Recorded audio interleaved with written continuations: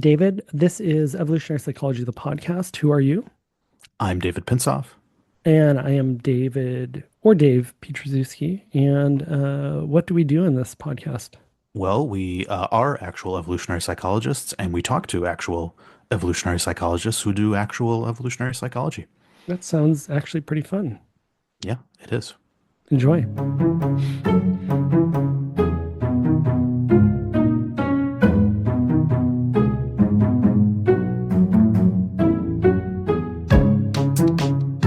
Hey, Dave. David, good to see you. We have with us a veteran evolutionary psychologist, Debra Lieberman, who is the editor of the premier journal in the evolutionary social sciences, Evolution and Human Behavior, working on the textbook for evolutionary psychology. She is a fascinating scholar with incredibly interesting ideas. We get into all sorts of topics. We get into disgust, disease, pathogens, COVID-19, how the pandemic changed our perspectives on human nature.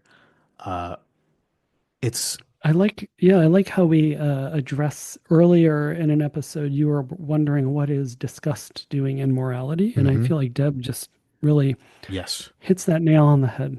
Yeah. This one was a really fun conversation. I think I think you'll love it. Enjoy. So Cool. I think I successfully found the recording button. So today we have Deb Lieberman, Dr. Deb Lieberman, University of Miami, graduate of the Center for Evolutionary Psychology. Deb, you and I think, overlapped for a year at the CP. My sense of time is awful. And Okay. so I just know you were there. How long? Yeah, I don't know either, but I feel like you were a bridge to many people who I did not overlap with. And I think between the two of us, I think we captured a lot of people, and we're going to have other people on. But it's good to see you. We've already been talking before we even started about a bunch of cool stuff you're working on, and new projects. But one question we wanted to, and we sort of start with often, is some people have origin stories in science. Almost everybody in evolutionary psychology, evolutionary behavioral sciences, has an origin story. Yeah, me Um, personally, I got bit by a radioactive evolutionary psychologist, yes. and that was my origin story. Named. And you're now working on the screenplay for that with Yes. somebody else in LA Hmm. Yeah. Exactly. to sell the rights to that. But Hmm. Deb, I know I have a couple stories in my head about you getting like physically to Santa Barbara that are crazy stories, but I don't know if I know I'm not telling that I don't know if story. I know your origin story. Um, um, the origin story. yeah. I have, how far back do you want to go? We both, everybody, yeah, David and I literally started from our childhoods. Okay, So because I was going to start with my bat mitzvah. great, go, Awesome. Mazel tov. Let's do it. lay it on us. Yes. No, I've always been interested in the materialistic explanations for things. So I'm only kind of joking, but in Hebrew school, I was told if you said like the 12 names of God that you would like combust or something. Mm. So every week I'd ask for another one. So I were the empiricist. So but I was very interested in the physical stuff. I it was really undergrad that started everything. So I was off to med school, interested in being a neurosurgeon. And then I took a course by David Sloan Wilson entitled Evolution and Human Behavior. It was a senior graduate, cross-listed course at Binghamton. And it sounded so interesting. It was in the biology department talking about humans. And I was like, this is exactly what I'm interested in. And I sat in that class. I learned a lot. I said very little because I was so intimidated, but I learned about game theory. We read The Adaptive Mind and Homicide. And so it was a through the looking glass kind of moment that you won't, you're lucky if you get once. I've had a few being at the CEP, but from that class, what's funny is when I first learned about evolutionary psychology, I thought all the interesting questions had been answered. Like, I'm going to go to grad school, but why? Like, they seem to have nailed it. And so it ends up that Human Behavior and Evolution Society meeting was planned to be at Binghamton that summer. So kind of the stars aligned, and I helped out with that. I got to meet a lot of people. I saw, where'd he go? David left. That's okay. Did I offend him? It was something you said. Well, occasionally, who knows? David maybe had to get some groceries or coffee or something. He'll come back. Would you like me to continue though? He's going to miss part of the story, and so, but I'll continue. We'll fill him in later. Yeah, or do you want me to? Oh, okay. He's right back. Yeah, we can. Hey. Hey, sorry, I don't know what happened there. That's okay. My internet just randomly cut out. You might be a superhero, and you went and did something at Lightning. Neptune, you're back from Neptune. Welcome back. Yes, good to be back. You're not even winded, so.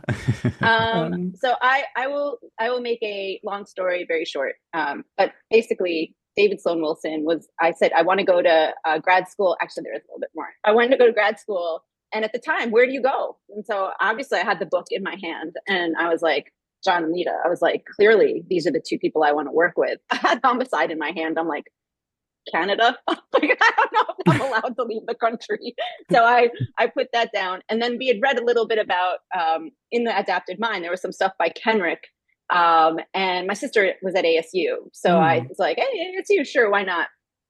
I applied to ASU and accidentally must have checked off the wrong box. I got a free ride in the biochemistry program, because I was a biochemistry major, not a psychology. But when they said major, I was like, biochemistry. So apparently that was what they thought I was going for. And then I applied to New Mexico to work with Thornhill. He took a different student. I'm blank. Paul Andrews. He took. I applied to New Mexico. I still haven't heard back from them. Well, actually, I applied to the University of Michigan to work with David Buss. I still haven't gotten accepted or rejected from them. So we'll have to check in with these folks. Yeah.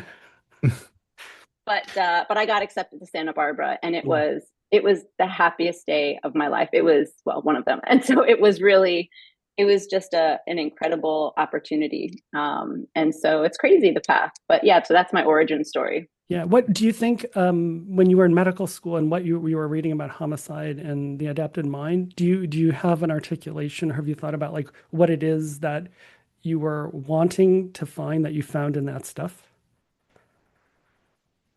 In terms of the shift from medical school to grad school? Or just there's something about, I mean, for both David and I and almost everyone we talk to, there's something about this that appeals to us. And some of it may not even be we're not aware of. Like, do you have an idea of what that is for you? Yes, like, I do actually. Yeah. So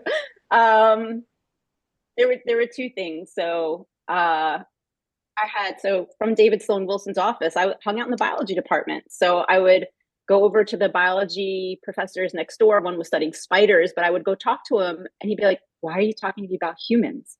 And then I go talk to another biologist, like, why are you talking to me about humans? And I'm like, wait a minute, I'm confused. And then I went to the anthropology department and they're like, why are you talking to me about biology? I was like, oh, so what kind of anthropology department or whatever office I landed in. And then I was like, well, maybe I should take a psych course. And I remember signing up for biological psychology. That seemed to be that would be the crossover. Right. And I think I lasted all of half a lecture. I was like, this is boring.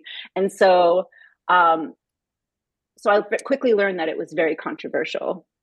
And so, me, I'm like, hey, there's a controversy. There's a lot of people on that side. There seems to be a real few people on this side, and they're really, really smart. And I'm kind of agreeing with them.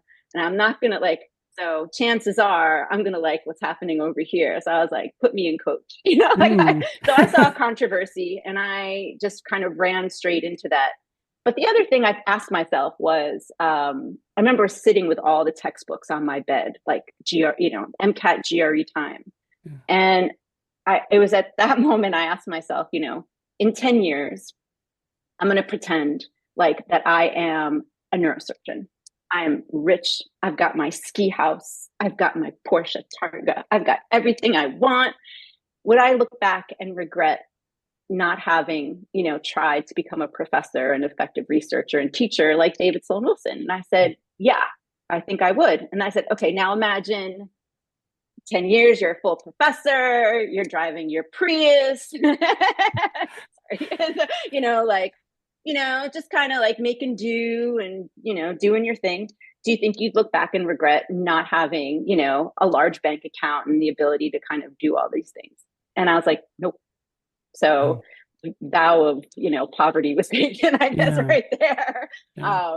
But those are two big things. The idea that it was controversial and I didn't know whether I could do it. Like becoming a writer and a researcher, that was the hard part. Becoming a mechanic and sawing open a brain and fixing things and, you know, like that's easy. That's just, you need a manual and can memorize stuff. But how do you actually push science forward? That was challenging. Yeah, it's one of the things I think that's like a theme of EvPsych is it's like courageous because like we're doing things that are uncertain, like especially when you're exploring new areas, and it really takes a lot of courage. Like we've both, David and I, talked about, and I'll speak for myself, like one of the things that appealed to me about John and Lida was it was not just controversial, but it was courageous about what was true, regardless of what other people thought about it, or maybe didn't even understand it or was off their radar. And that was really exciting. And like, I don't know, like being at the CP during that time, it was very special because it really felt like we were sort of on the frontier of science. Did you feel that? I mean, yeah, I felt like it was us against the world. And I think there are times that we could have probably been advised a little bit better to not be so combative. Right. I think they'd argue they didn't advise us to be combative, but yet I feel like the culture I grew up in was like, you know, on guard, you know, get ready. And so I feel like martial arts should have been part of our training as well. But I would say, but here's what I found exciting. And at the time, it took a while to learn, which is what are the issues? What are the debates? And then what are some really good arguments to address it? And what are people likely to say? And what are some good responses? And it's only been recently that I can do all of this calmly without like my hair going, you know, lighting on fire. But it's because at first it's like, you know, you're coming at me and, you know, don't take a shot at my science. And this is so important and you don't know anything and, and move over. But it was good to have it felt good to have a team. It was more like a family. Yeah. Yeah. I mean, one of the things I don't know David, I'm sorry. Well, one of the things I remember, Deb, I think the first time I met you, and we can cut this out if you want. It's not, I mean, was we were at Lida's. I'll let you'll hear it. I was like, you know, you were already at the CP and I was an early grad student and I was very nervous. And we, as you know, Deb and David, I think you know this too, is like what a lot of John and Lita's students would do is go to their house to like work, right? Because they were writing always in their house. And I just opened a can of worms for Deb. And then, so I'm very nervous and I go and Deb is there and Lita's there. But when I get to the house, neither Deb nor Lita are there. John lets me in. And then Deb is coming down the stairs with Lita's daughter. And Lita's daughter at the time is pretty young, and they're both doing quote unquote reconnaissance with Lita. So immediately I'm sort of like Deb is playing with Nike, and it's wonderful because it's like a family, right? Like it's like you're visiting somebody's house, and like there's like alloparenting happening, and then Lita starts talking to me about science once she comes down.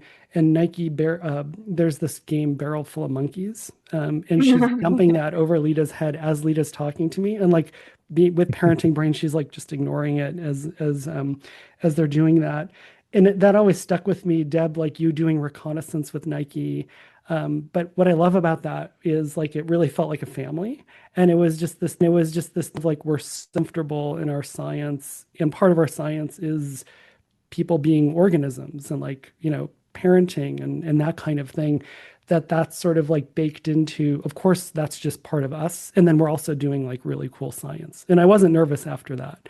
But Deb, that was like, you helped me like be like that was like a real moment for me of like, oh yeah, no, these are like good people really doing science to the point where they're like playing with their kids while we're doing science. Yeah, yeah, no, for sure. And for the record, Nike's still someone I'd enjoy doing reconnaissance with. Yes, She's sharp. exactly. No, totally. Yes, yes. Oh, well, this is making me think that the evolutionary psychology story isn't in the Marvel universe, but it's a kind of sitcom, where everyone's hanging out in Lita and John's house, and the kid has her cute one-liners. Maybe it's a kind of like Full House vibe. Um, I guess it isn't like Marvel, so I would agree with that. But I'm not sure that I'm happy with the Full House. Now that you said that, I'm gonna have to think about something a little bit different. But it's like Brady Bunch. It was unique and it was special, and I enjoy it. And even though my first job was to Hawaii, people were like, "Oh my God, you must have loved it." I actually got a bit depressed because just leaving the mothership, I was like, "Oh my God, like this is awful." And being there at the same time, I was definitely ready to go and to branch out, leave the nest.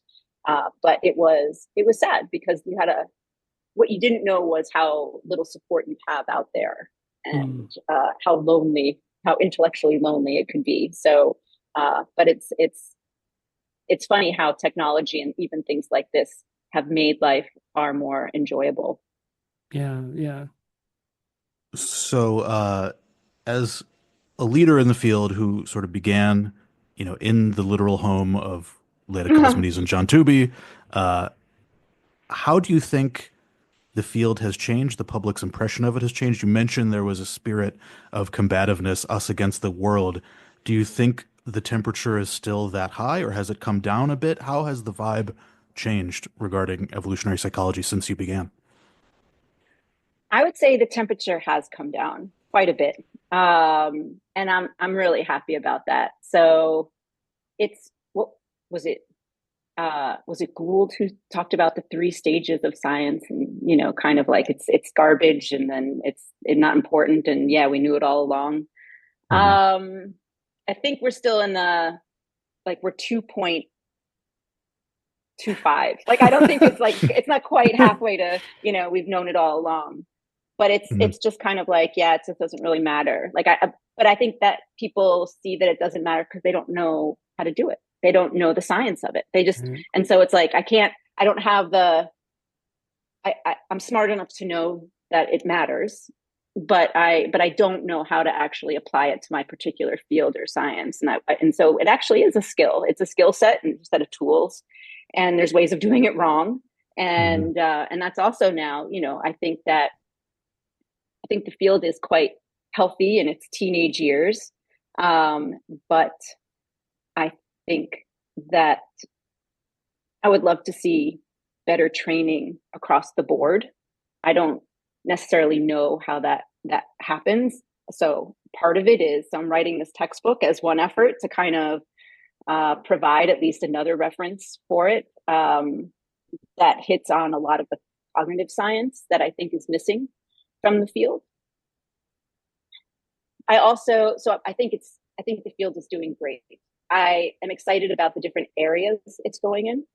I think Mhm. that there's a lot more room to grow. So, I mean, development should be an area. I mean, it's come a long way, but I think that the idea that there's so few places you could go to study evolutionary psychology with a developmental psychologist other than UCSB, Yale, a couple of other places, right? So it's very limited. But then you talk about political science, the clinical side of things, which is super important. Um, Mhm. I think that a lot of the social sciences, that there's a lot of room to grow, I guess. And so, but I think it's hopeful. I think more and more people, when they hear evolutionary psychology, the disgust face, it's only slight. It's not like, it's not like like they have to walk away from you anymore. It's not like Mm. I can't be seen with you. Now Right. it's I don't know. So, and I'll take that any day. So I'm actually quite hopeful. Plus, the emotions and all the great work that's being done on the emotions, it's such an easy way to start to introduce the field that people are like, oh, well, that makes really great sense. And so I think that's a great vehicle to start to begin conversations and introduce the many areas, And so in any case, my general take is that the field it's come far. I think that there's scattershot, always, but by and large, I think we're doing quite well. I get concerned about the future in terms of number of people training the number of people. And so my university, they haven't replaced key evolutionary people who, and at every turn they refuse to even, engage. And so that it's hard to have a lab of, a person, just one person taking on graduate students. So maybe we can come up with ways of working together across multiple kind of solo sites to help kind of put together graduate programs and collect graduate students to train. Yeah, there's a bit of a decline in the reproductive success of the field in terms of training professors to occupy key positions around the world who have this perspective and can in turn train new scholars in it and leave more descendants intellectually. And Deb, one thing I'm hearing you say too is that, and I think David and I have talked about this with past people on, is that the early first generation, like the Martin and Margot in Homicide or John and Lita, it was sort of they had to fight for, it was existential, like it was proof of concept. But now sort of currently it's, well, how do you actually do it? So if you're already past the point of acceptance or at least curiosity and you're not immediately running away, how do you do it well? Do things like task analysis or the cognitive part? It sounds like that's something you're sort of focusing on with your textbook. Yes, I don't think that any of the current textbooks have done a good job introducing the evolutionary cognitive science. So how do you do it? Like what is it? What are the questions we ask in terms of the algorithms, the information processing structure? Like really in the weeds, I know, but to me, it's like you got to go there in order to zoom back out and have a better handle on macro behaviors and patterns. Yeah. When I teach Ev Psych, actually, this after I talk about Lita's Wason task, I actually talk about your kin detection and disgust and incest avoidance work. And I think, if you'd like, we can always talk a little bit about that because the people who are listening, there's presumably a large range of people who know us and then people who don't know anything about us or this. And I think it's really cool work. For me, what I like about it is very much at that software level, right? Where it's sort of, you're taking modern people who, for them, sort of incest is something that's like they read about in Greek mythology, or it's sort of this thing, that you just hear about fictively. It doesn't feel like a day-to-day concern, right? But yet you have like, thankfully. no, exactly.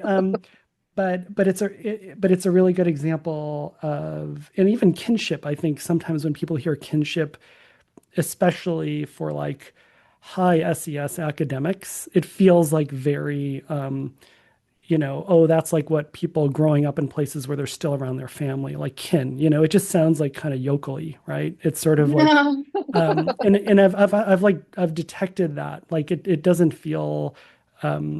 It doesn't feel sort of like high status or high class to talk about kinship or incest, right? Like it's just sort of this. But what I love about this work is your work is that it's not something people would intuitively think would be part of their day-to-day thinking, but it's so powerful and you're getting like this beautiful results. And so like I actually think oftentimes, as much as Lita's Wason selection task work, which we actually haven't talked about yet, and we can talk about another time, but I actually think your work will sort of always be really important in that initial work. And obviously a lot of your work since then, but I think it's one of the things that gets people thinking the right way at the software level. I think so. I mean, I just asking the question of, how do you know who your close relatives are? So you're right. There are a lot of people who might be listening who haven't heard about this research. But so I offer the question, like, how do you know who your genetic relatives are? Like, how did you come to figure it out? And you ask a class of students this, and they're like, oh, you're told. And I was like, yeah, but other animals figure it out and they don't have language, Mm. and they're like, okay. And so, you smell them. Well, that's not exactly how humans seem to sniff out relatives. And so that then they're kind of, some of them get stumped, like, oh, you know them from early on and this and that. So we start to kind of very quickly narrow in on the possibilities, but you can see that it's just something they haven't really thought about. So, but the idea that the two cues that we've at least found that influence and affect how you, whether you categorize someone as a sibling, is whether you saw the woman who breastfed you caring for and, giving birth to and breastfeeding another young infant, that infant has a very good probability of being your sibling.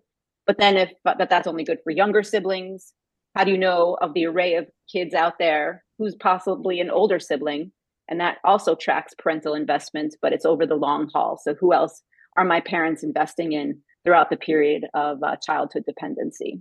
And so also known as co-residence duration.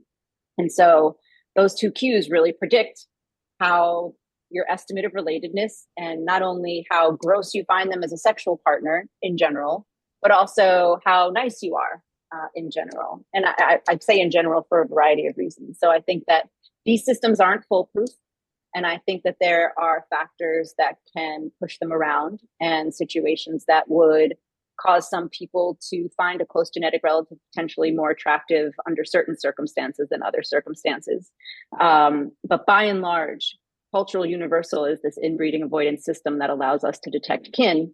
And that what I like about the incest avoidance stuff is not only does it really get into, like, you can map it out in terms of inputs, how things get integrated, because a lot of stuff has to get integrated, but you got to figure out what and then go and test it. And then the emotion of disgust to regulate the aversion. But then it also allows you to figure out how does this kind of get displayed in the array of cultural variations in terms of the taboo. So from this one psychological system, you then get a cultural set of norms that can vary. And what I like about this particular example is you can take it through each of its different kinds of questions. So what are the selection pressures? Like, why does it exist? How does it work in terms of the programming? How does it develop? How does it break down? What are the neural kind of, the neural regions, or where is it actually seated in the brain?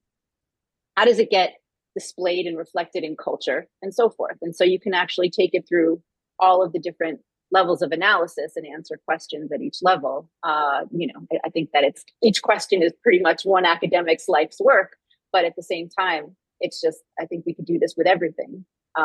That's the idea of being able to map the human mind and culture. So I'm interested in that last part of the causal model, the culture part, because simply doing the task analysis of how do I figure out who my genetic relatives are, how do I be nice to my relatives and avoid having sex with them, that all makes sense from an evolutionary perspective. You want to help people who probabilistically share the genes for helping kin. You want to avoid reproducing with genetic relatives to avoid, the costs of inbreeding. But the moral part of the equation isn't, to me, as obvious. And I still think that's kind of a live area of research and a mysterious aspect of this psychology, which is it's not merely that I'm grossed out by having sex with genetic relatives.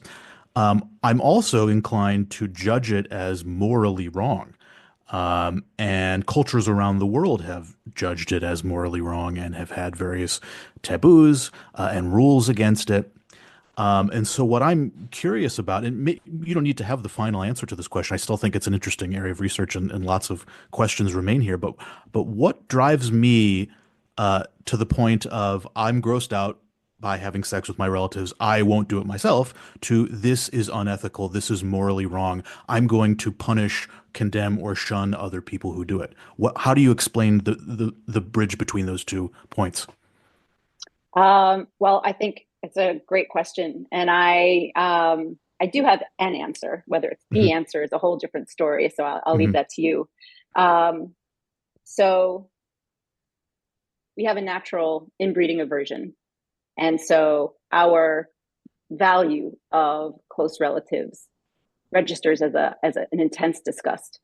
Mhm. And I think that disgust is an interesting emotion because it becomes now available to a psychology that's looking for behaviors that others are doing that are of low value. Mm. Why? Because we are evil humans and we form coalitions and we are interested in protecting scarce resources. So we form coalitions, determine which groups have the lowest leverage and go after them to prevent them from taking and acquiring and defending those resources. And who do we want to do that to? Well, we don't want to do it to people we cooperate with and people we find valuable and so forth. Mhm. We do that to the people we find and do things of low value. And Yeah. so disgust just happens to be one of those emotions that signals. It's like a really, really, really loud bell to the coalitional system to say, we've got a winner here. Mm. We've got something that's registered as extremely low social value. Is this a potential coordination point for how to get, to rally the troops in order to go after people who do this, who think that, in order to marginalize them and exploit them and kill them and whatever. I mean, like I think it's a very Mhm. dark side of human nature, but so it's funny that it's all labeled as morality. But I just Yeah. that's a whole other fun. See, I like controversy, so Yeah. this is like Yeah, I mean, naturally where you're I'm at preaching to the home choir. here. Yeah, I have a Yeah. blog post called In- "Morality is Not Nice," where I write about the dark sides of morality, and I think it is, if you just look at the anthropological record, the historical record, and even just recent psychology studies, like it is becoming increasingly clear that morality is a very dark force in humanity. I get, yeah, words like this is good, this is bad, like make me very nervous. It's like, who are yeah. you trying to coordinate? Like, what's going on? Like, hold on. But, but, but by and large, I mean, so I mean, I'd like to leave aside the question as to whether there are like certain ethical laws and moral law. Like, I'd like to put that aside for a second and just focus Mhm. on how it is disgust ends up informing and coloring our sense of morality. Like I think there are other aspects of morality that are worth talking about, but in terms of how disgust colors it, my sense is that it does no good. And there are folks who think that, listen, disgust is a moral compass. So Leon Cass, disgust is a moral compass, and we need to use it in order to guide, our moral decision making. But Martha Nussbaum basically said, no, that's the wrong thing. And Carlton Patrick and I, we both also have said, disgust is not the answer to our norms and legal systems. At least that's my opinion. What should be is a whole other fun story, but disgust, I would argue, should not be there. But in any case, so how does it get in there? Low social value, which makes it just available to systems sifting for groups to go after, to marginalize and to outcompete for resources. It's an get them before they get us mentality, and disgust is used in that effort. Hmm. So the I, idea, oh, sorry, David, go ahead.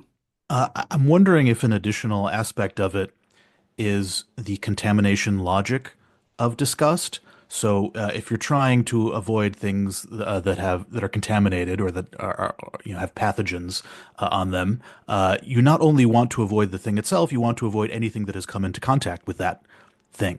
Even a tiny droplet of fecal matter could ruin an entire meal. So it's not really the quantity of the contamination, it's the contamination itself.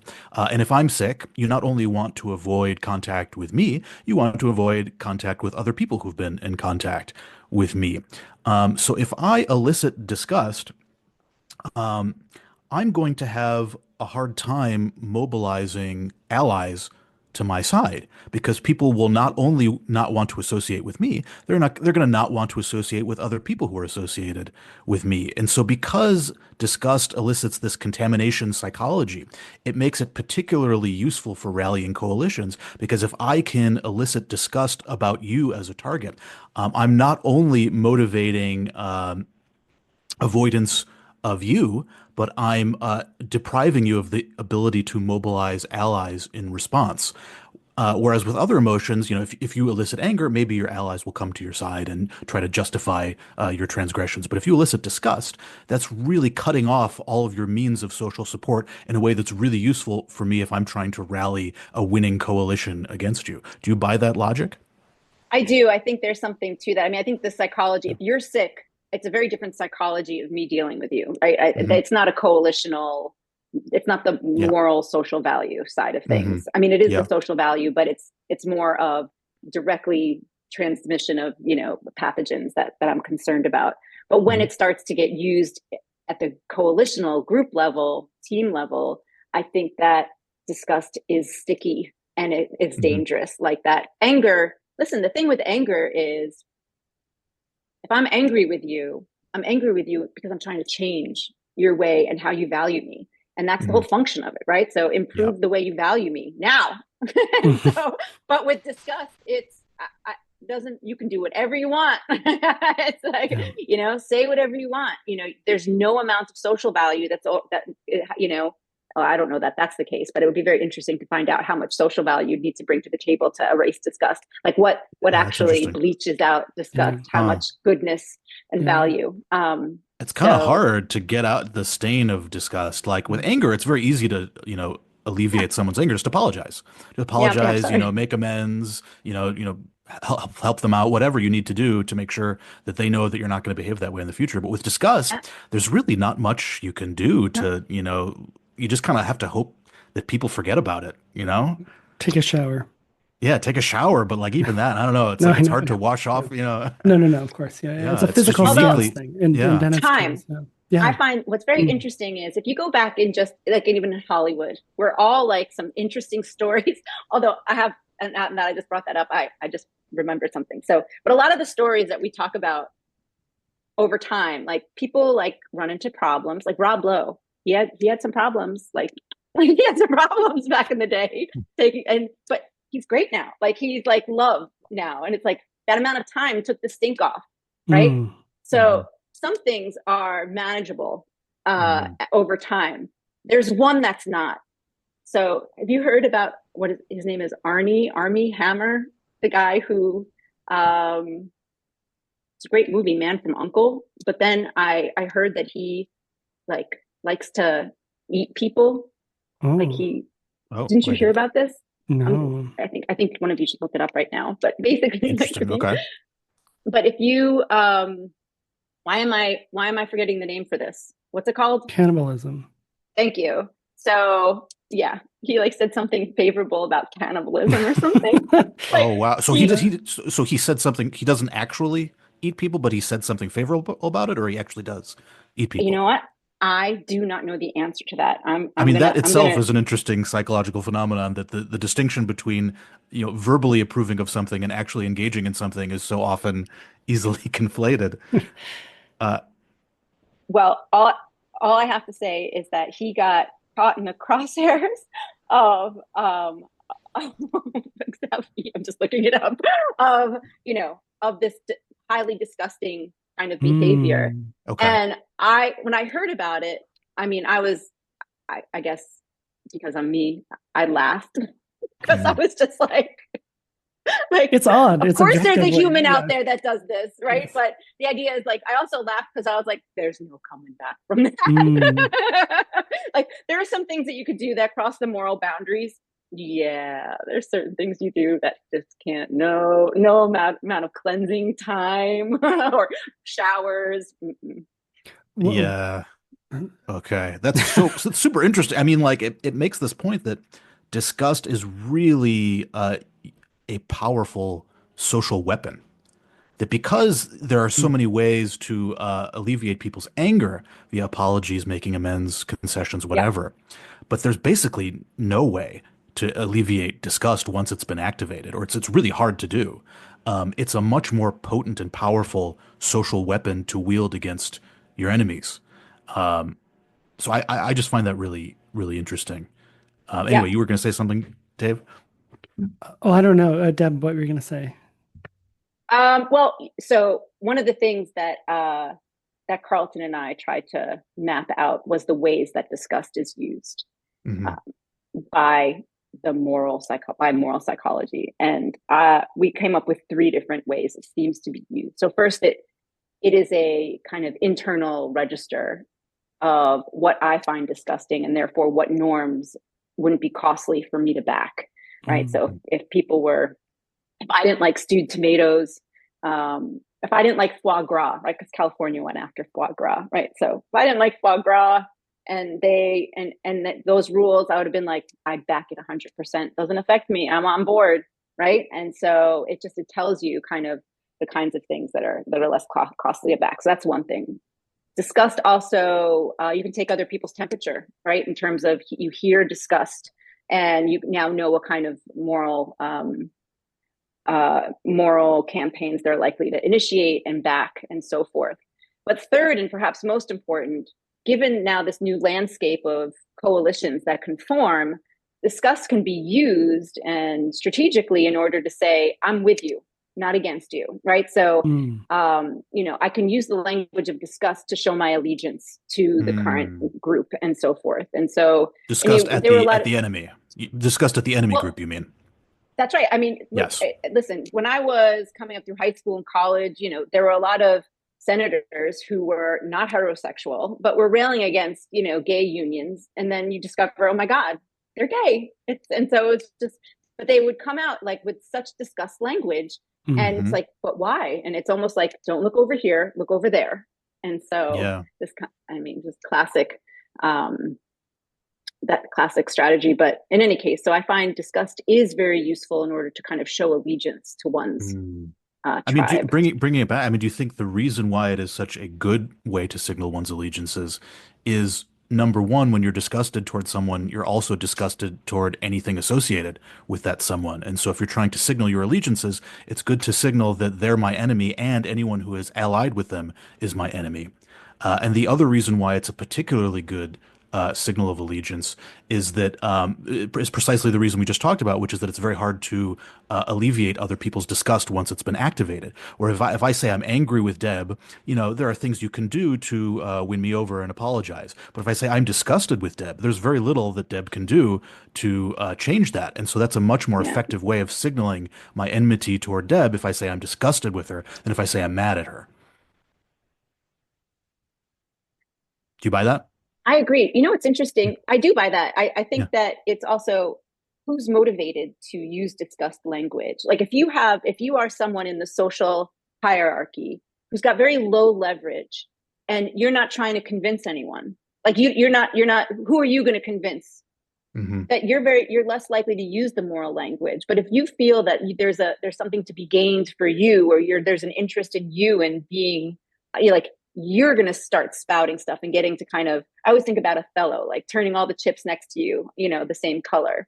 And so I guess that I find it, what I find would find interesting in this area would be studies on who's motivated to use discussed language, and does that Hmm. correlate with, for instance, some of Aaron Sell's, like indices of leverage, social leverage and power. So that would be interesting to kind of, or who's in the hub of a social network.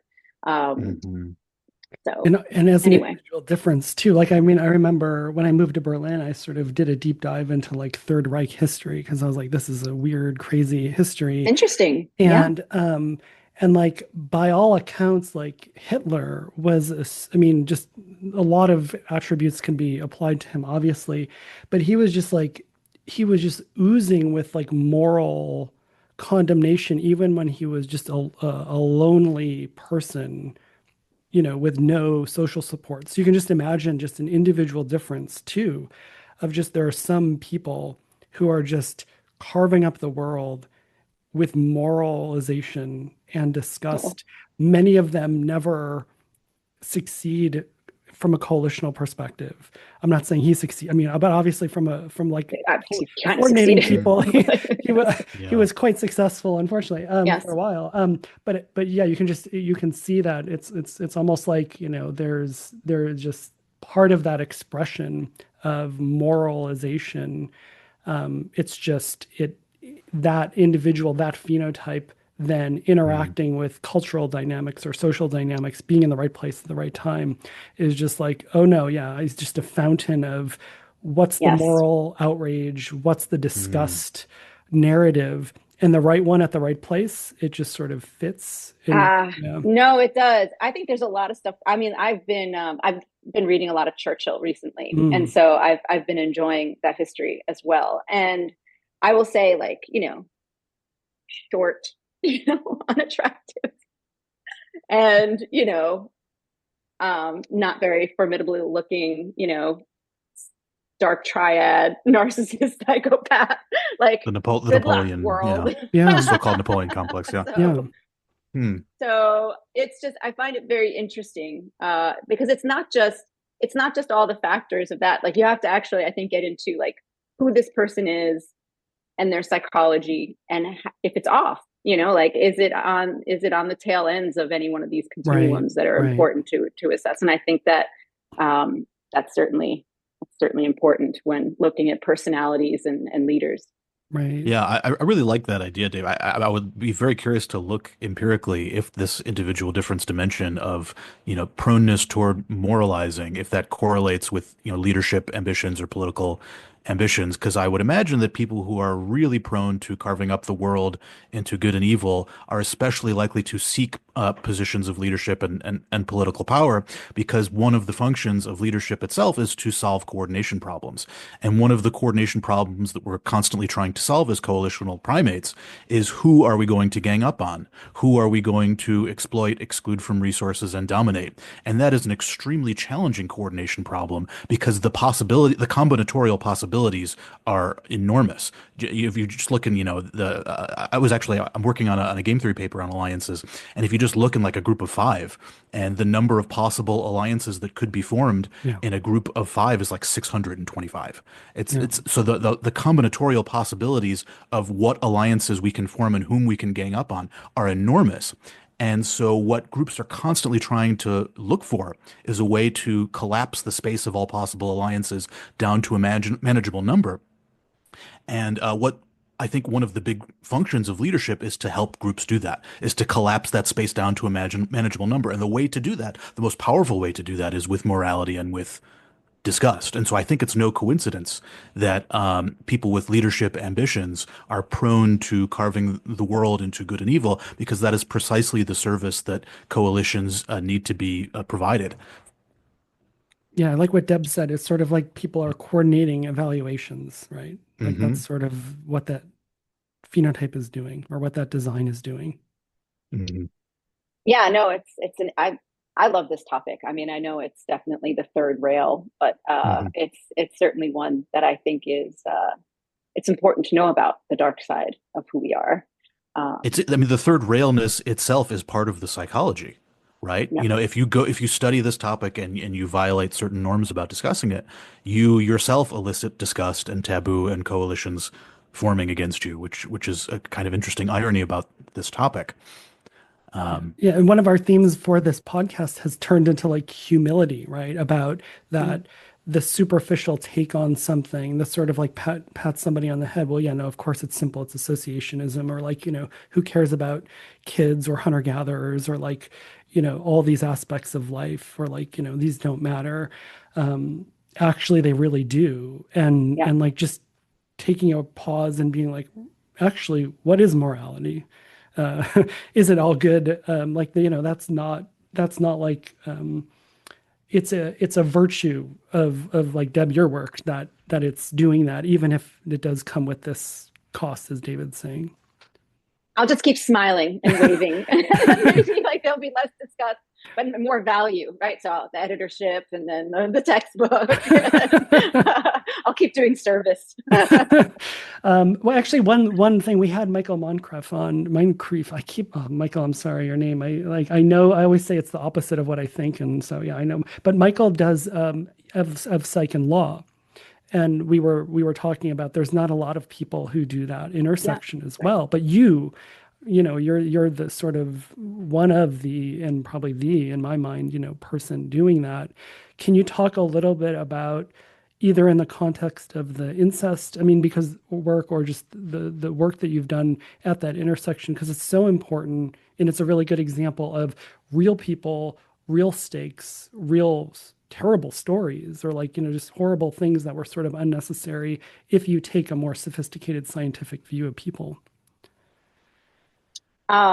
Yes. So I was thinking while you were talking, so I apologize. So No, I'm it's actually great. doing work with Keela. So Keela Williams and I are doing some work at the intersection. So I would say that there are three people who are more directly in that space. So you have Owen Jones, who's been doing a lot of that work, right? And so, and then Carlton, my student Carlton Patrick, ECF, and then at Hamilton, you've got Keela Williams. And so, but there's a few others. So at ASU, there's Jess Salerno, although she's kind of more from the social psych tradition. And so, but she's another person doing some interesting work, to be sure. So Keela and I have been very interested in how you take the Ash style paradigm, right, and bring people around a table, and you just see how disgust starts to, work its magic, in influencing or extra influencing the way people respond and coordinate. So the question is, even in a jury setting, does disgust help coordinate people against things that might not necessarily even be disgusting or immoral? So that's one of the questions that we're asking there. So you're actually studying jurors? Right now, it's just undergraduates who are serving, and it's a lot of the work that Keela and her team at Hamilton have been doing. Cool. So that's kind of in progress, but getting out there to try and examine how. So I wanted to do a test of judges at some point. So one of the earlier findings on the disgust stuff, or the inbreeding avoidance, was we had a measure of how.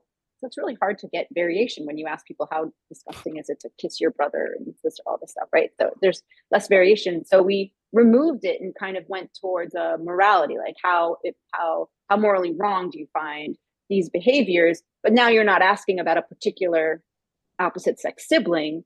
And so what we did is we basically looked at how activated your entire disgust psychology is towards siblings. So if you're heterosexual and you're female and you have no brothers, right? And so the idea that you don't have, that would be me, which allows me to study this stuff and smile and laugh. Do you have an opposite sex sibling? I have two sisters. Yeah. I have a sister too. Yeah. Okay. Shall I continue? Please. Yeah. Okay. So anyway, but it ends up that so if they are older siblings, the total duration of co-residence with all of them would actually kind of give a better, good index of how overall grossed out you are. So if you had one sibling, you lived them for older sibling 10 years versus two older siblings, you live with combined 20 years, you'd expect a little bit more grossed outness for the person who had a total of 20 years of living with opposite sex siblings. And so that's exactly what we found. The idea that how morally wrong you found incest in general was predicted by how grossed out, the level of disgust that you develop towards your own family members. And while it would be just an extension into a different realm, I was always very curious, like, could I get a bunch of judges to fill out this questionnaire? Because I would then be very curious about, I don't know how often it has happened. I've been called and, provided expert testimony and discussed things, but it's rare. But when judges do come across cases of incest or abuse within the family, the question then is, which is obviously far more common than just incest, but you have, does the sexual aversion that's activated in the judges or the people making decisions influence at all the outcomes and the sentencing and so forth. So that was always been an interesting question as to how our psychology kind of gets into the legal system. I started this work with John Lanu a long time ago, but I don't think we ever finished it or got enough data, and so that was a long time ago. Yeah, but that's an interesting question that I've always wanted to answer.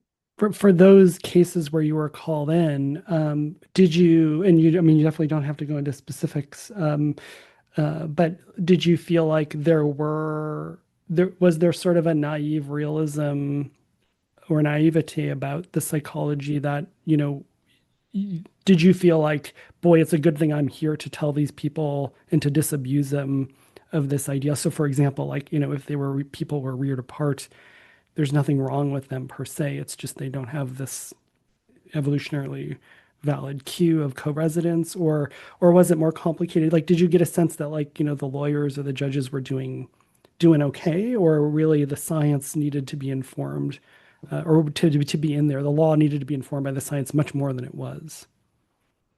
So one of the first cases that I was asked to write a brief for was a brother and sister had met each other during adulthood, and then realized that they were siblings, but they had fallen in love, had kids actually. One of them wasn't as healthy as the others, but there you go. That can happen anyway, just by luck of the draw, so to speak, but more common, more probable with inbreeding. And so he was jailed because of it. And so kids were taken away. And so one of the lawyers on the case was like, you need to be able to explain this to the judge, saying, they didn't grow up together. There's no disgust. Yeah. And so, what crime has been really committed here? And so I wrote this, and I never heard back. And then it was a long time, like years after I had seen the name of the lawyer, or I'd gotten curious what happened. I emailed him and said, after the case, we didn't get anywhere. Like, he's still in jail, or was in jail. And the lawyer quit. He got so upset about the system, because you had two decent human beings. And I mean, imagine someone knocking on your door, and you and I know it's not gonna happen, but oh, you and Annie end up being brother and sister. You'd be like, what? Just freaking out. It wouldn't change how you felt about her. You might say maybe we shouldn't have any more kids. Maybe we should hold here. But it wouldn't change how laws don't change, and that kind of explicit knowledge doesn't change necessarily how you feel about someone. I mean, the laws against homosexuality didn't change how gay men felt about one another. And but it's just, to me, it's always been, it's like, listen, I'm like the poster child for, legalizing adult consent. But it's at the same time, I guess I just want to be the poster child for legalizing sexual decisions among consenting adults. Yeah. And I think that it's a very interesting, that was interesting. The other two cases, actually, one was grandparents who were very concerned about their grandkids who were being abused by a stepfather. And so they had read something of mine, and they just wanted to understand what was going on.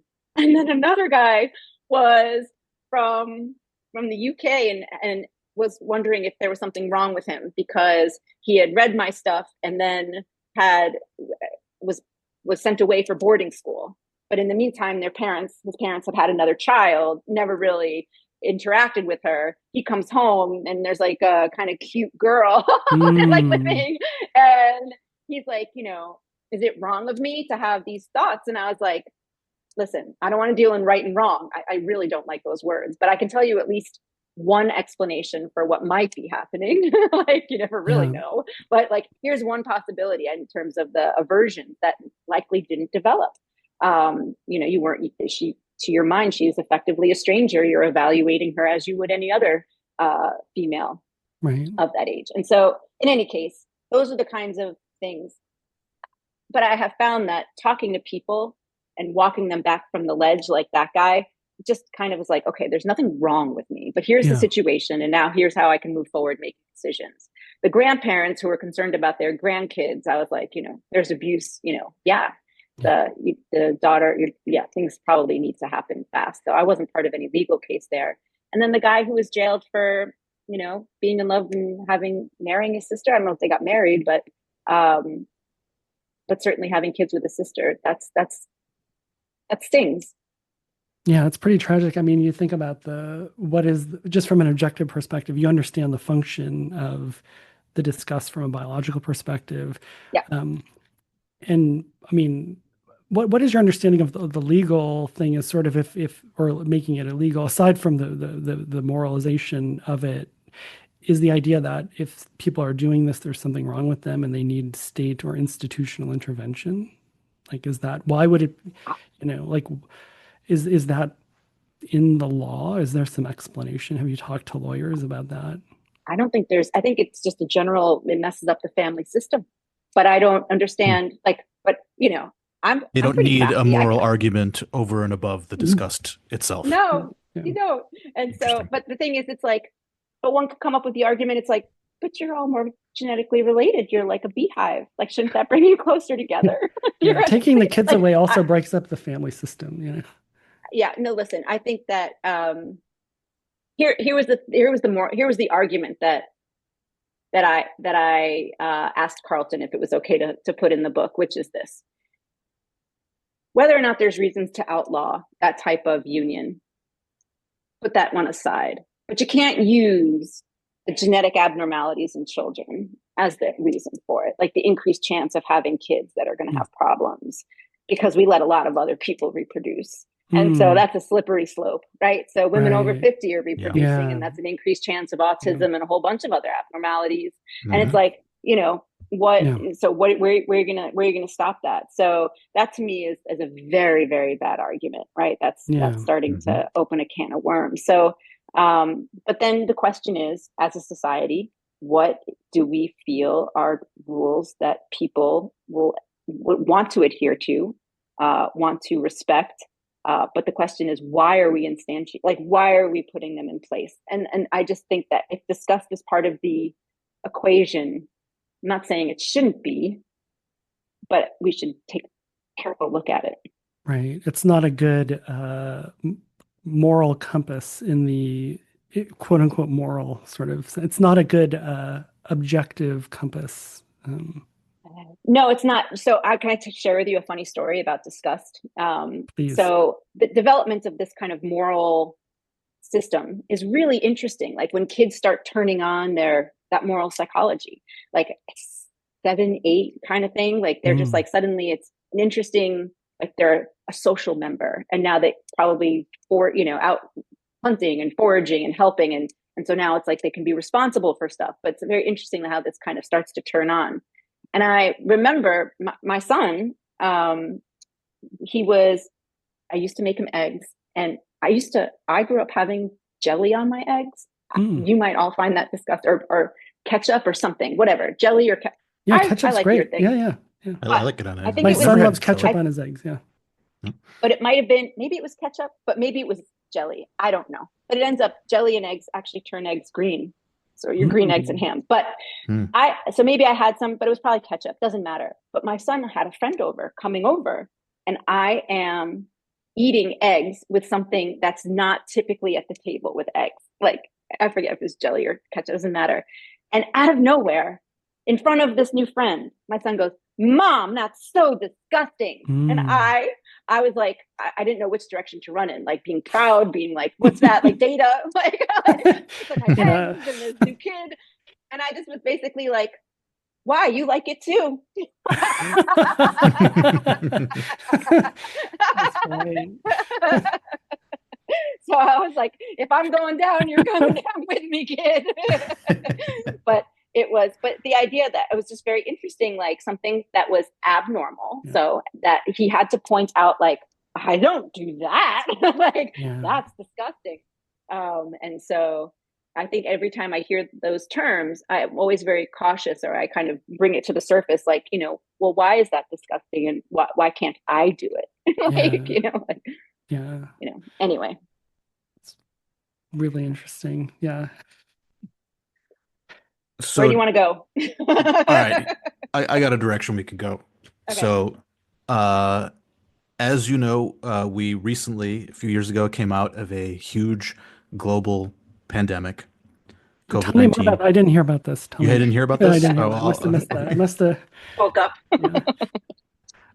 um, so here is a really good example of a environmental stimulus with huge, relevance to evolutionary psychology. It happened before our eyes. Um, Coming out of this experience, what do you think we learned from it as psychologists? I mean, we learned a lot of things about ourselves and about our, capacity to, be indoors and be away from social life. But you would think that this would be a good natural experiment to study, responses to pathogens in real time. What do you think you learned from this experience? What did the evolutionary psychology community learn from it? Has there been any interesting data coming out of it? So, what's your take on this? I've taken it many levels. So at the scientific level, I found it very interesting to kind of look at some of the effects of COVID. But I will also say that I wasn't impressed by much of the data in terms of like Hmm. how, like, I don't know that I saw anything that convinced me that the pandemic caused shifts in disgust sensitivity across the board. Like, I don't think Hmm. that, but that said, um, people were across the board, I think, more reactive to everything, Hmm. and just on a heightened sensitivity to every type of fear. So, I mean, like, so I don't, at EHB, we got tons of papers about COVID and disgust. And so my memory of Hmm. things is basically an average of all those papers, and many of them just weren't all that great. So if there are some really good studies out there that showed how disgust kind of really did push things around. So at Cornell, you have David Pizarro, right, who's done these great things about you put a fart spray or you do things that disgust people and it pushes people's morality around. But it's like, it's not really that big an effect. It's not like I Hmm. cause you to be disgusted and then like you're gonna pick up all the picket signs and start marching. Like, it's not like that. But it does push on the gas ever so slightly. So yeah, so from a scientific point of view, I think we found that it pushes things ever so slightly. More jarring to me during COVID was the coalitional stuff, Hmm. and um, just how nasty people got. So it actually, people were nastier, but then to their own group they were nicer. Like, I think you saw Hmm. both things happening. Interesting. Um, at least that was my sense. That I just sensed that there was a lot more kind of just just the rhetoric. Just, I couldn't even watch the news. It was awful, Yeah. right? And then, but Hmm. then, of the people in your social circle, like, bonds were forged, they were strengthened, they were, some relationships were, you cleaned out some relationships that perhaps, Hmm. you got good information that they were no longer there for you during times of actual need. So I see it as like both things happened, like social bonds strengthened in, if you had them, because if you didn't, then I think you were in trouble. And then, but also, I think that the coalitional aspects of what is this, how dangerous is it, where did it come from, can it really spread? And then, the personal freedom stuff, is always, that's something that bugged a lot of people. So it was a disaster. I'm impressed we came out of it. Yeah, Yeah. I think it affected Part of it everybody. is, Yeah. it Interesting. affected everybody and everything. And Yeah. I will say, like, it was scary. It was really scary. I remember thinking at the beginning of the pandemic, like, we need to get another fridge. We need to go, like, get meat and start freezing it. And, my husband at the time was like, what is wrong with you? I'm like, human teacher, like Yeah. watch out, like everything's gonna be gone. Like, Have you seen apocalypse movies? Yeah. yeah, I was have you? so scared just thinking about how bad it could get. And I'm in Florida, and like it can go off the rails really fast here. And so it really made me think about like, oh my gosh, this is the Wild West. This event, like, like hunker down. Where are our like kin? Where are our weapons? Like, where's our food? And it really put my mind. I mean, maybe that's where the female mind goes. And he was just like, you're off your rocker. And so maybe I was, but I got nervous. I got very nervous initially. But in any case, yeah. What do you think? I mean, I don't know. I mean, I remember. So I mean, so my take on it. So I mean, I was looking at it through the lens of my theoretical preconceptions, and so as you know, I have this paper in Psych Inquiry called "The Alliance Theory of Political Belief Systems," and the argument there is that political ideologies don't really emerge from these deep-seated individual differences and core values that are posited by a lot of psychologists. So there's a lot of work by Jonathan Haidt and his collaborators arguing that one of the key bases of conservatism is disgust, that conservatives are higher in disgust sensitivity. They're more sensitive to contamination and pollution and purity, and it's all stemming from this disease psychology. And so for me, like a big prediction of that approach is that you would expect conservatives to be the ones who would be really up in arms about the pandemic, wanting to shut things down, wanting to be the conservative ones. And yet the opposite happened. And for me, that was a huge victory for my theoretical approach, which suggests that these kinds of political opinions are about shifting alliances and the strategic interests of each coalition, which can at times be random and can shift around unpredictably.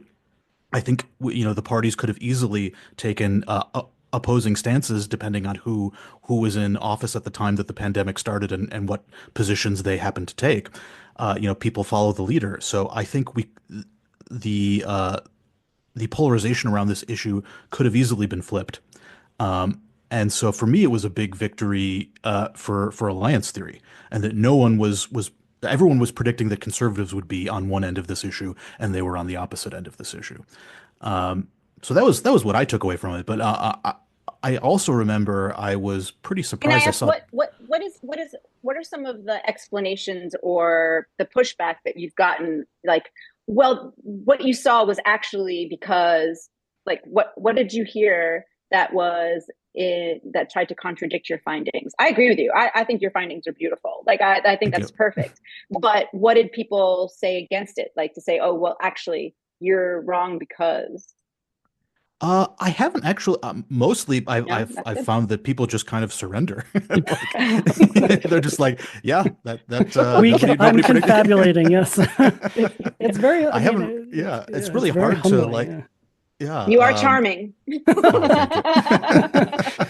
are like, I'm so tired from COVID. It was just like, it's a pretty hard case to make that, like, conservatism is all about disease and contamination, purity, but they're the ones who are, avoiding vaccines and wanting to be, more out there in the midst of a pandemic. Yeah, it's just really hard to square that circle. I haven't seen anyone do a convincing case for it. So. Well, we don't include data that doesn't support our theory. It's what is that? The Douglas Adams. It's someone else's problem cloaking device where it just sort of it just is a cloaking device where it just creates it's someone else's problem, right? So things that are inconsistent with the way you think, you just kind of don't see it. So that was the conceit of the invisibility cloaking device in Douglas Adams. True, but so David, but the thing is that, well, whatever, I can't say David. And so we've been going with I'm Dave and David is David, just for clarity. Yeah, to David P. So David, but the thing is, you still see reports about discuss sensitivity and political spectrum, and it's like. So apparently so now I know who's going to be a reviewer on all those papers. Thank you. Oh no. No, that's there. No, so I have a story about that. So I think most of that is driven by sexual disgust. And sexual disgust, in turn, is a marker of one's reproductive strategy. So if you're pursuing a particular kind of monogamous, committed, high fertility, traditionally gender division of labor reproductive strategy, which is more common among social conservatives than social liberals, sexual disgust and disgust toward promiscuity and short-term sexual relationships, that is a fundamental part of that reproductive strategy.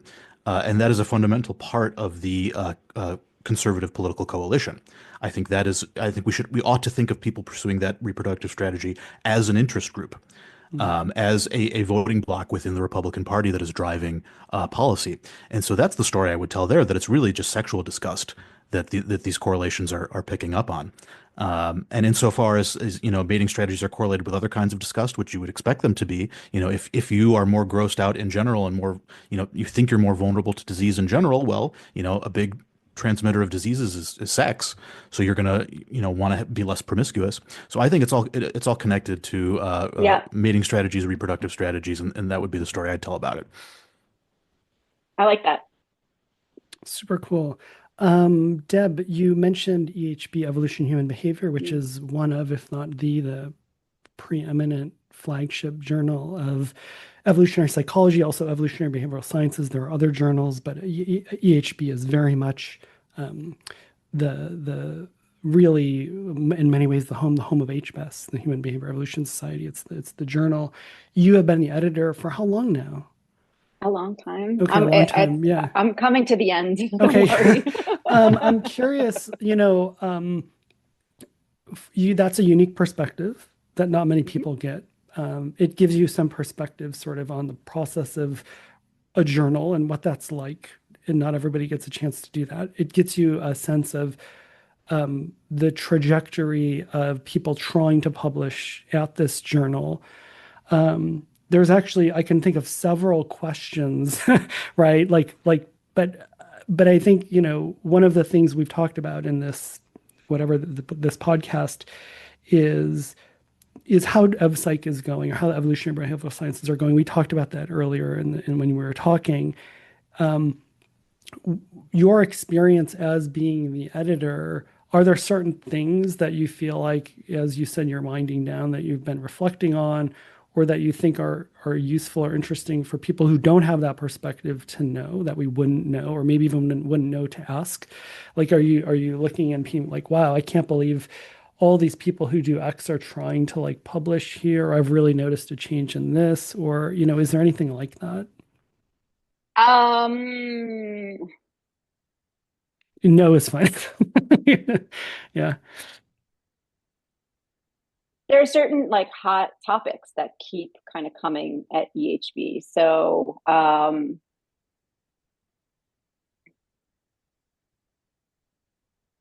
as with any particular topic, there's the meat, right? And then once the main finding has been found, and there's a lot of N+1 studies that kind of just, I'm replicating. So replications are of course always valuable. Yeah. And so in general, I've been very pleased with the quality that's been submitted to EHB.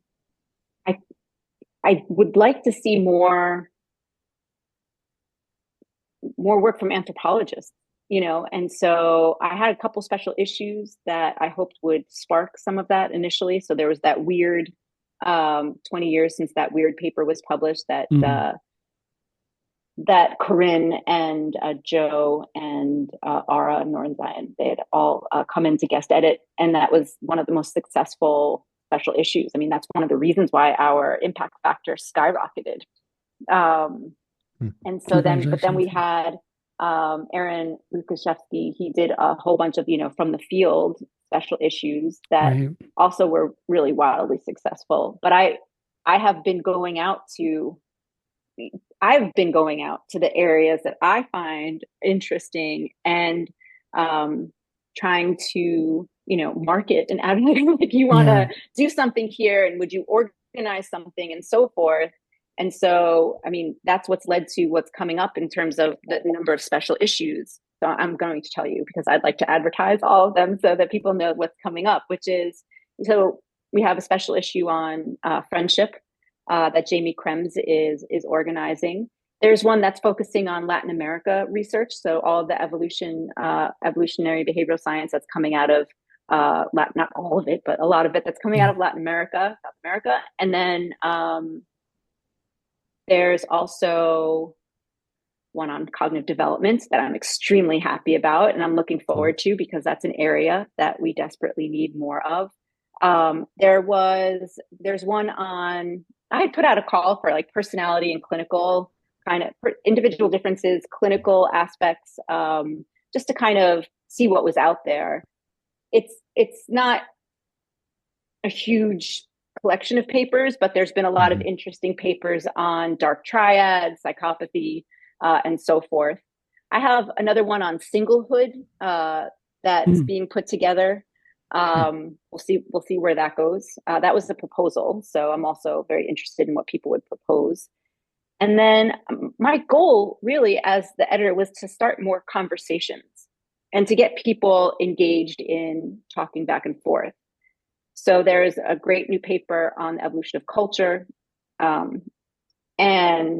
what cultural evolution means and what it means to study culture. And so I was hoping that we'd have a nice back and forth. And so it's just a matter of whether the main players actually want to engage and start the dialogue, right? Because if everyone's saying the same thing, it's not fun. But for future generations, it's really nice to kind of see where the disagreement is. So in a BBS style format, having these conversations, I think is a lot of fun. There was just one about war, the evolution of war. Like, is it a social construct that's based on the need for modern resources, or is it more of just a function of like modern nation states or whatever, versus more of a deep psychological history?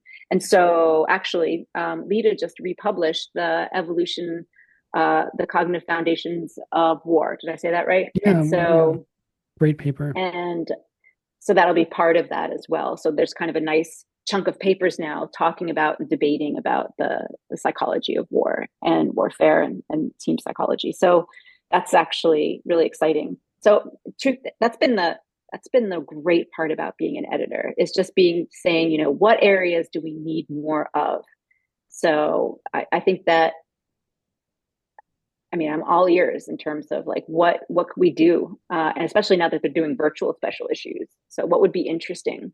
I think that the application of evolutionary psychology is something we haven't yet talked about. Well, we have in terms of the legal stuff, but one of the things that, for instance, I have found really impressive with some social psychologists, particularly Bob Cialdini, right? So he has a model of full psychology, right? So you go out there, you look out in the world, what's going on, bring it into the lab, study it, put it back in the real world, see how it performs. And it's really a great model. I know it's difficult because we tend to be in the weeds, like can't take a WTR ratio out, and take it for a spin in the real world. But the question is, can we come up with strategies and research programs that allow us to be slightly more applied? And then and I think that's the next step of things, because then it's like, oh, it matters, right? So I think that takes us into level 3 of, oh, we knew it all along. We've been doing it all along. And so I think that's where that would be important. And I think that there are areas that need evolutionary psychology. So leadership and other types of, even kind of adding evolutionary tones into the social influence literature, I think is important. So, but taking that model of full psychology and looking at how we can actually get out there into the real world, I think is important. Obviously, evolutionary medicine is doing all, and evolutionary psychiatry, but how are people getting trained in those areas? Really cool. Yeah. So, in my opinion, Evolution and Human Behavior is the best evolutionary social science journal in existence. I'll pay you. Deb will pay you later, David. It's the one that I think puts out the highest quality stuff. I won't name names, but I'm occasionally embarrassed by some of the stuff that comes out and some of the other EvoPsych journals. I consider Evolution and Human Behavior to be a cut above the rest. Get really good reviews. I always know at EHB I'm going to get good reviews. Yeah, totally. We try. And It's hard. People say no a lot. yeah, I'm curious at how you have done it. Like what has your strategy been for maintaining quality control and making sure that you don't publish garbage, and just maintaining the integrity and reputation of the journal, because it doesn't seem like an easy thing to do. How do you do it? So I think the main answer is that it's actually a good question. And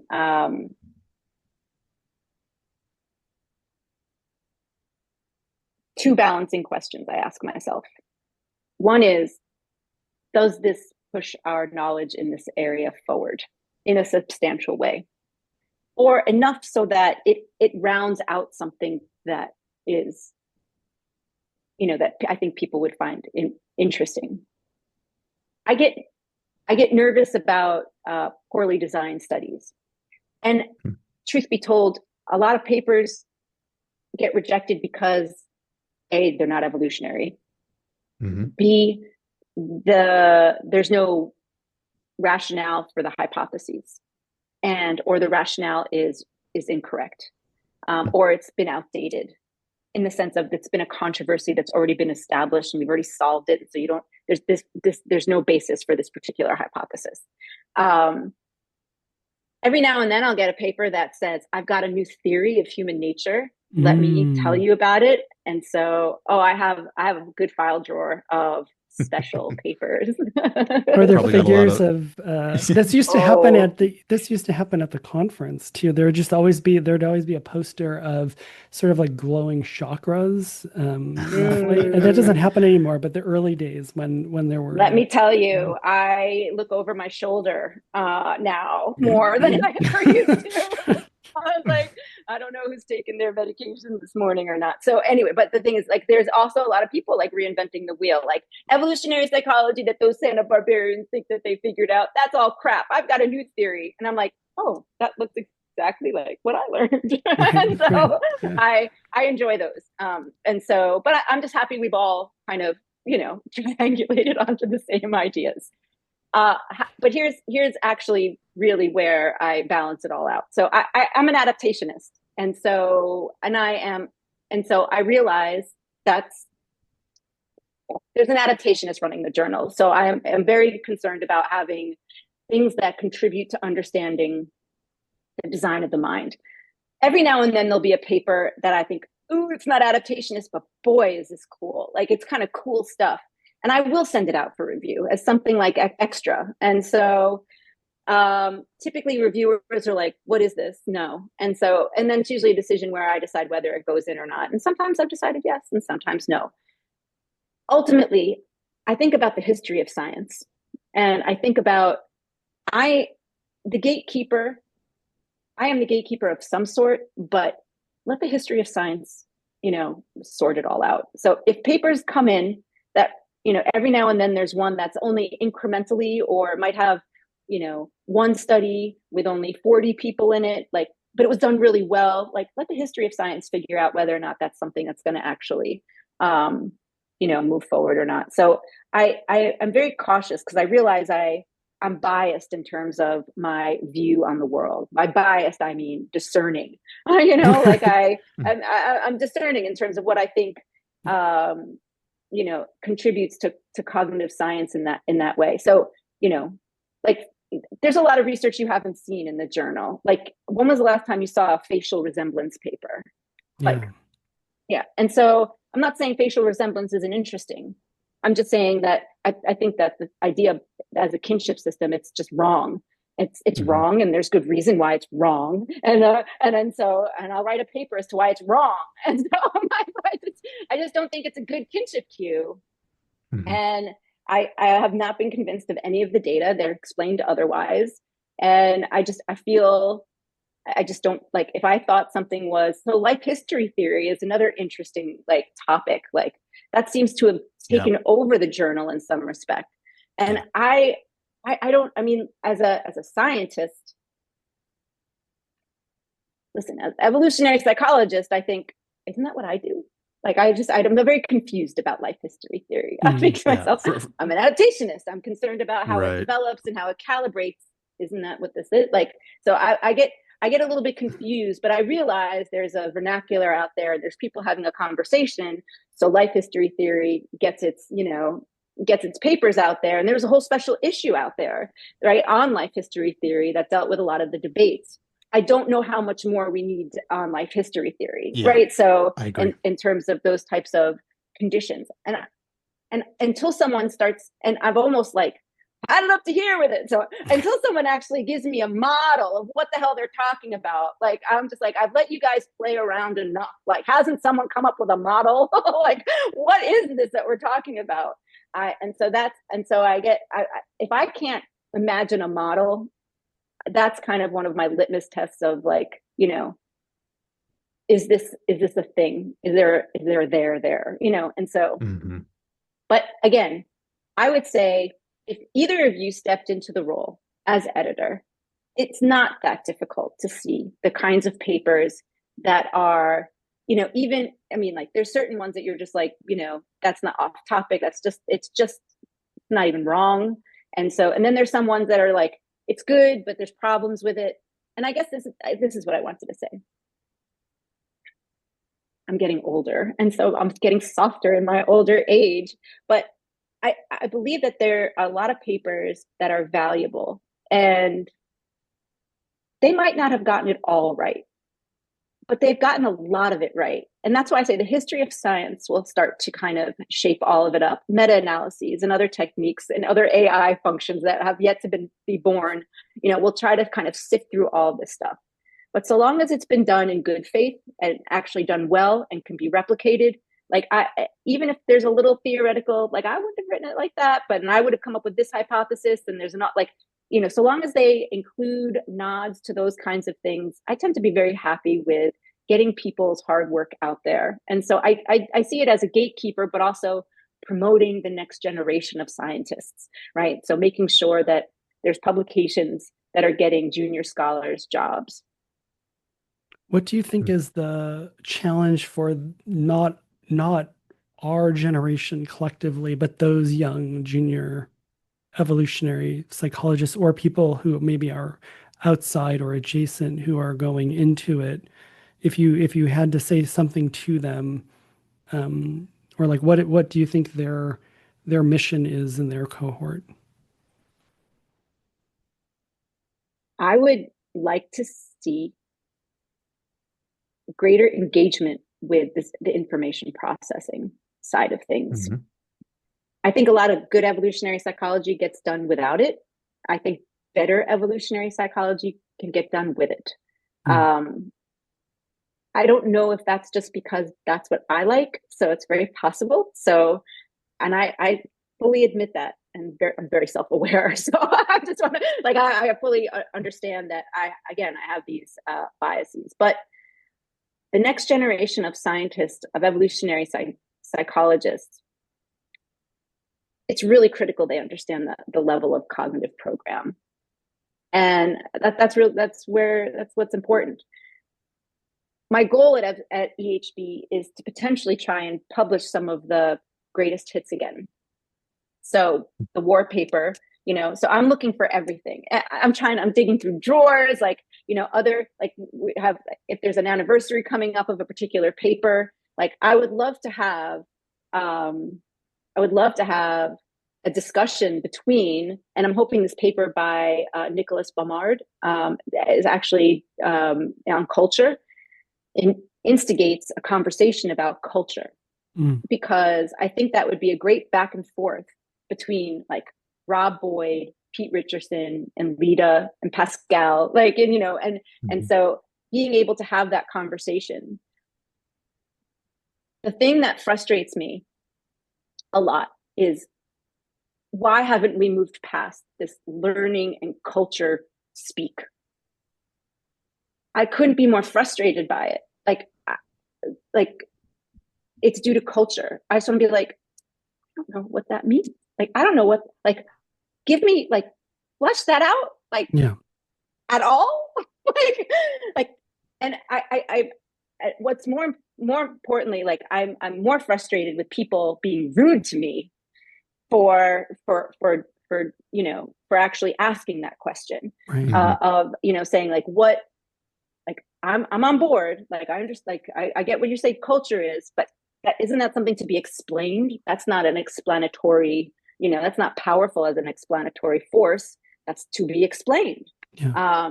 And I would like, if one breakthrough for the field would be to say, we are the field.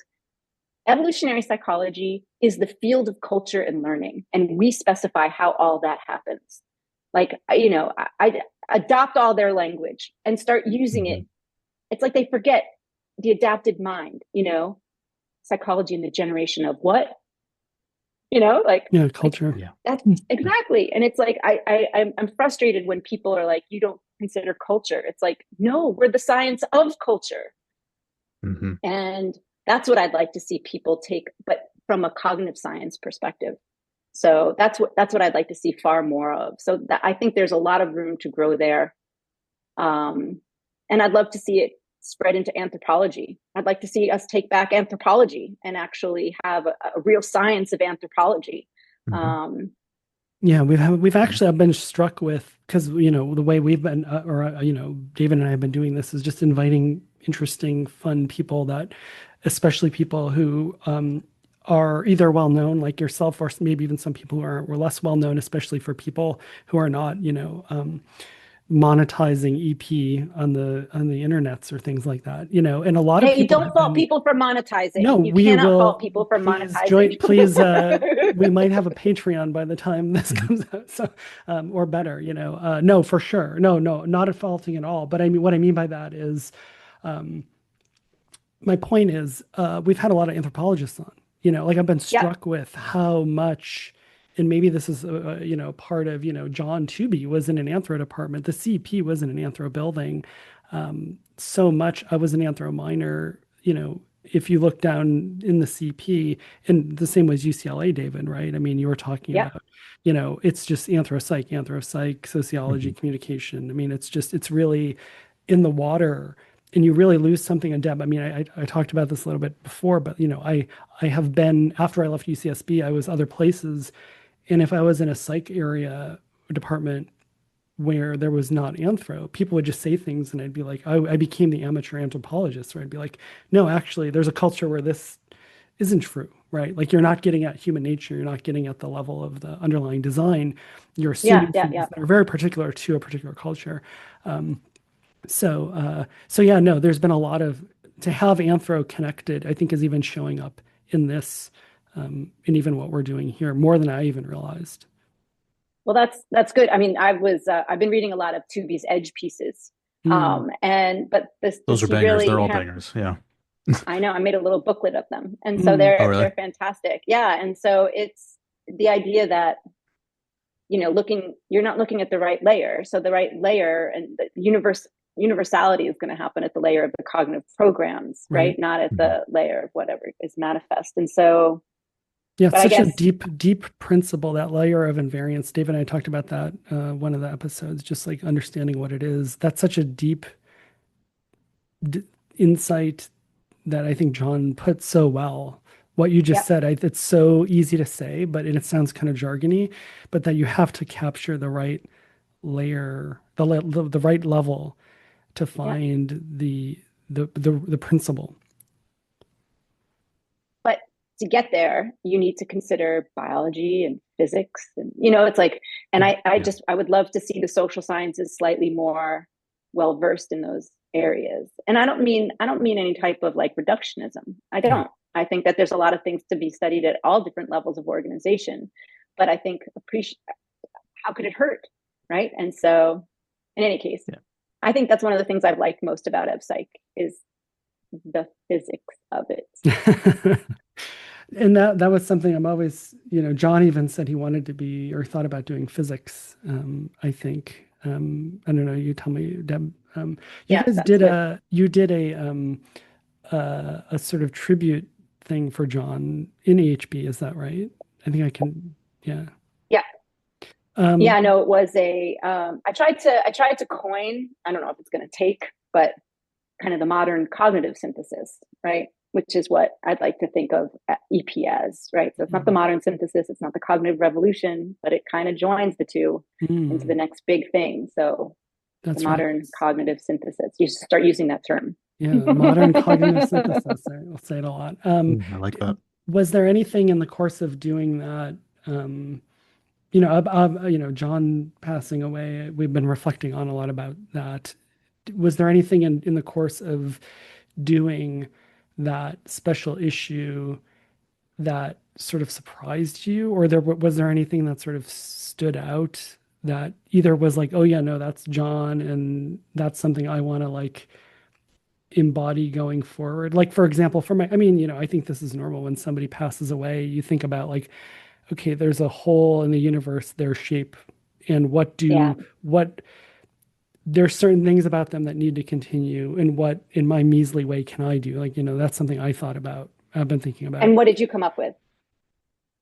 You know, ultimately it's theory first adaptationism, you know, of just sort of like when I sit down like with a decision about like what paper to write, you know, it's sort of how would John start this paper, or how would he think about this? And maybe That's write a dangerous question. And maybe WWJD, what would John do? Yeah, maybe edit the complexity of the sentence down a little bit more towards how Lita would do.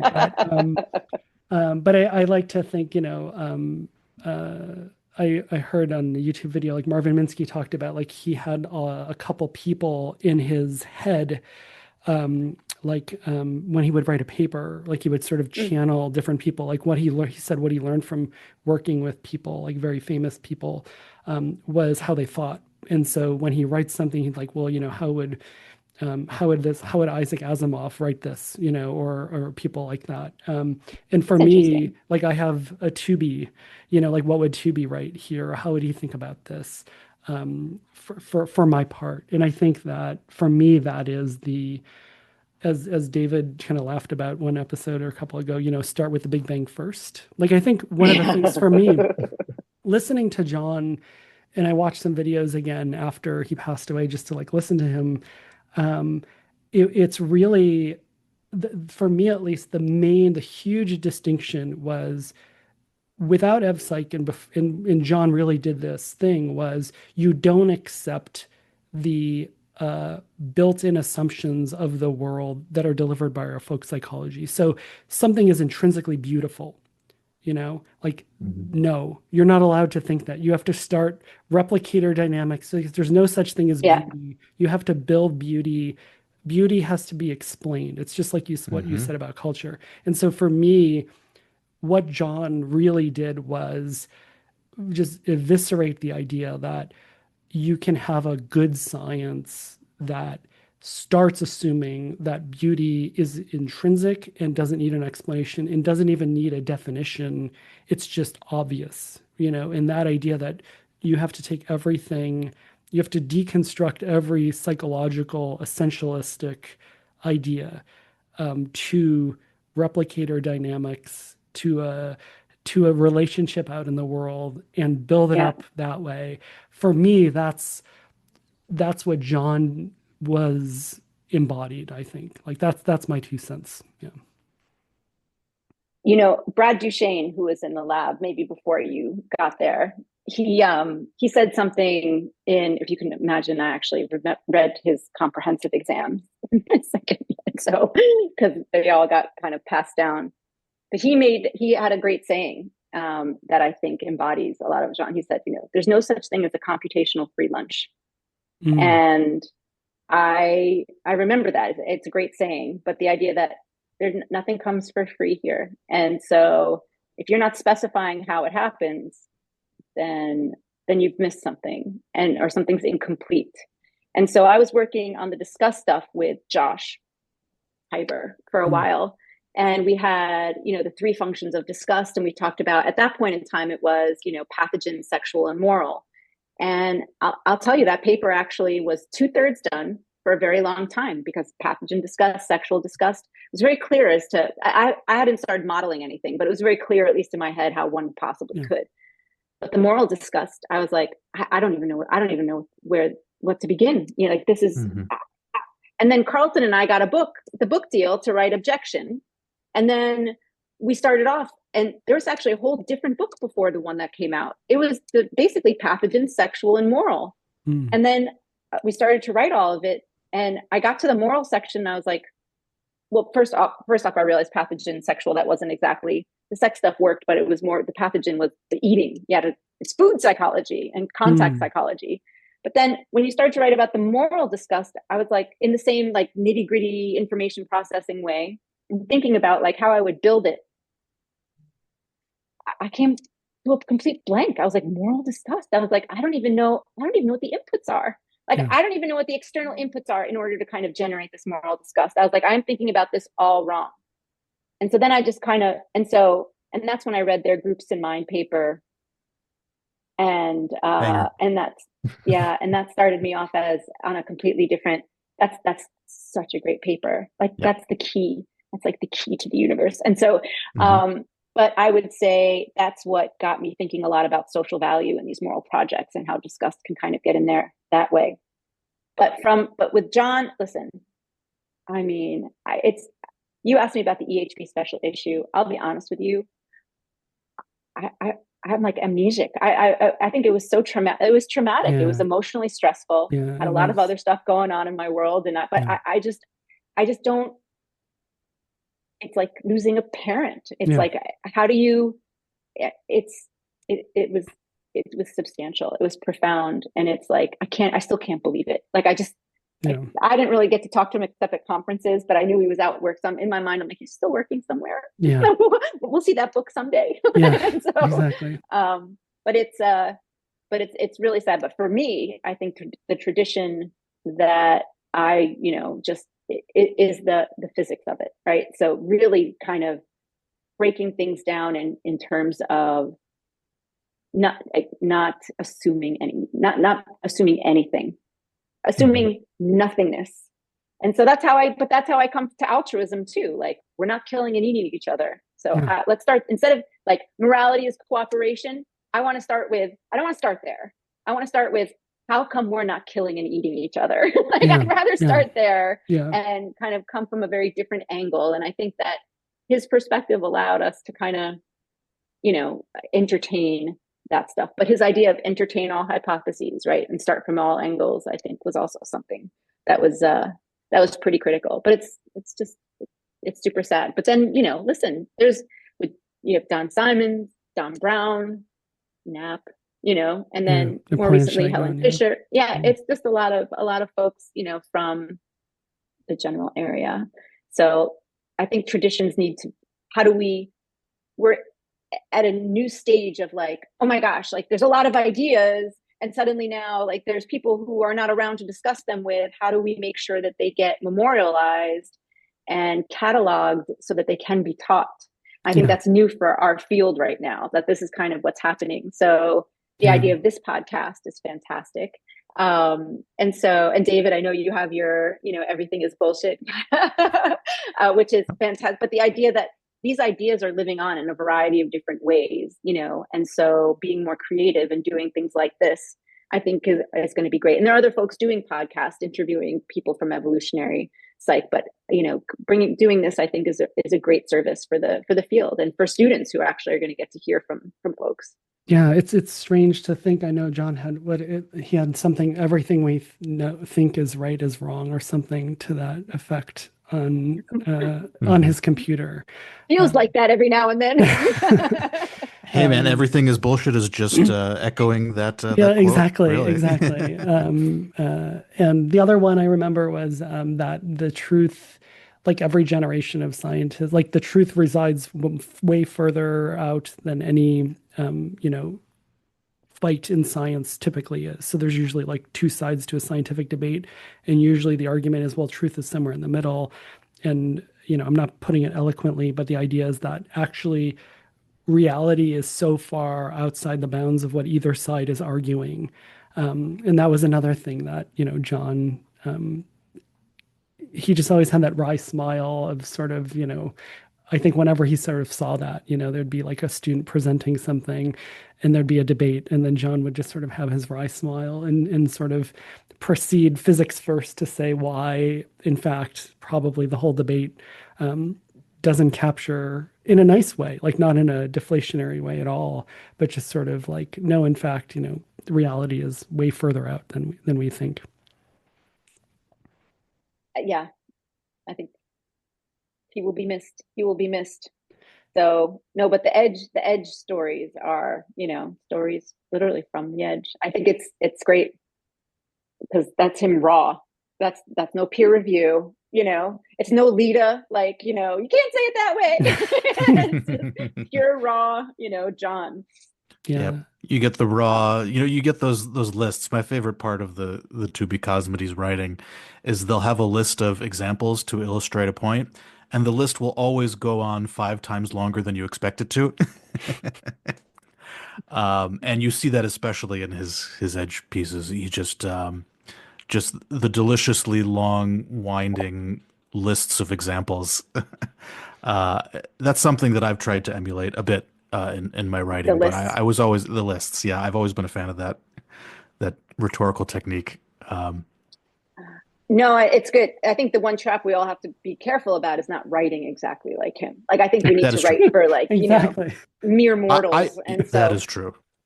I personally love his writing, but I definitely recognize that it's not for everyone, and a lot of people are alienated by it. There's not a lot of colorful Tix style figures in those papers. It's a lot of black and white text. It's not a cartoon. No, it's meaty. It's all meat, and so. But I appreciate that. One area that I think would be really interesting. Vita actually was the author of it, and I think it was in the internal regulatory variables paper. It talks about consciousness as a data format.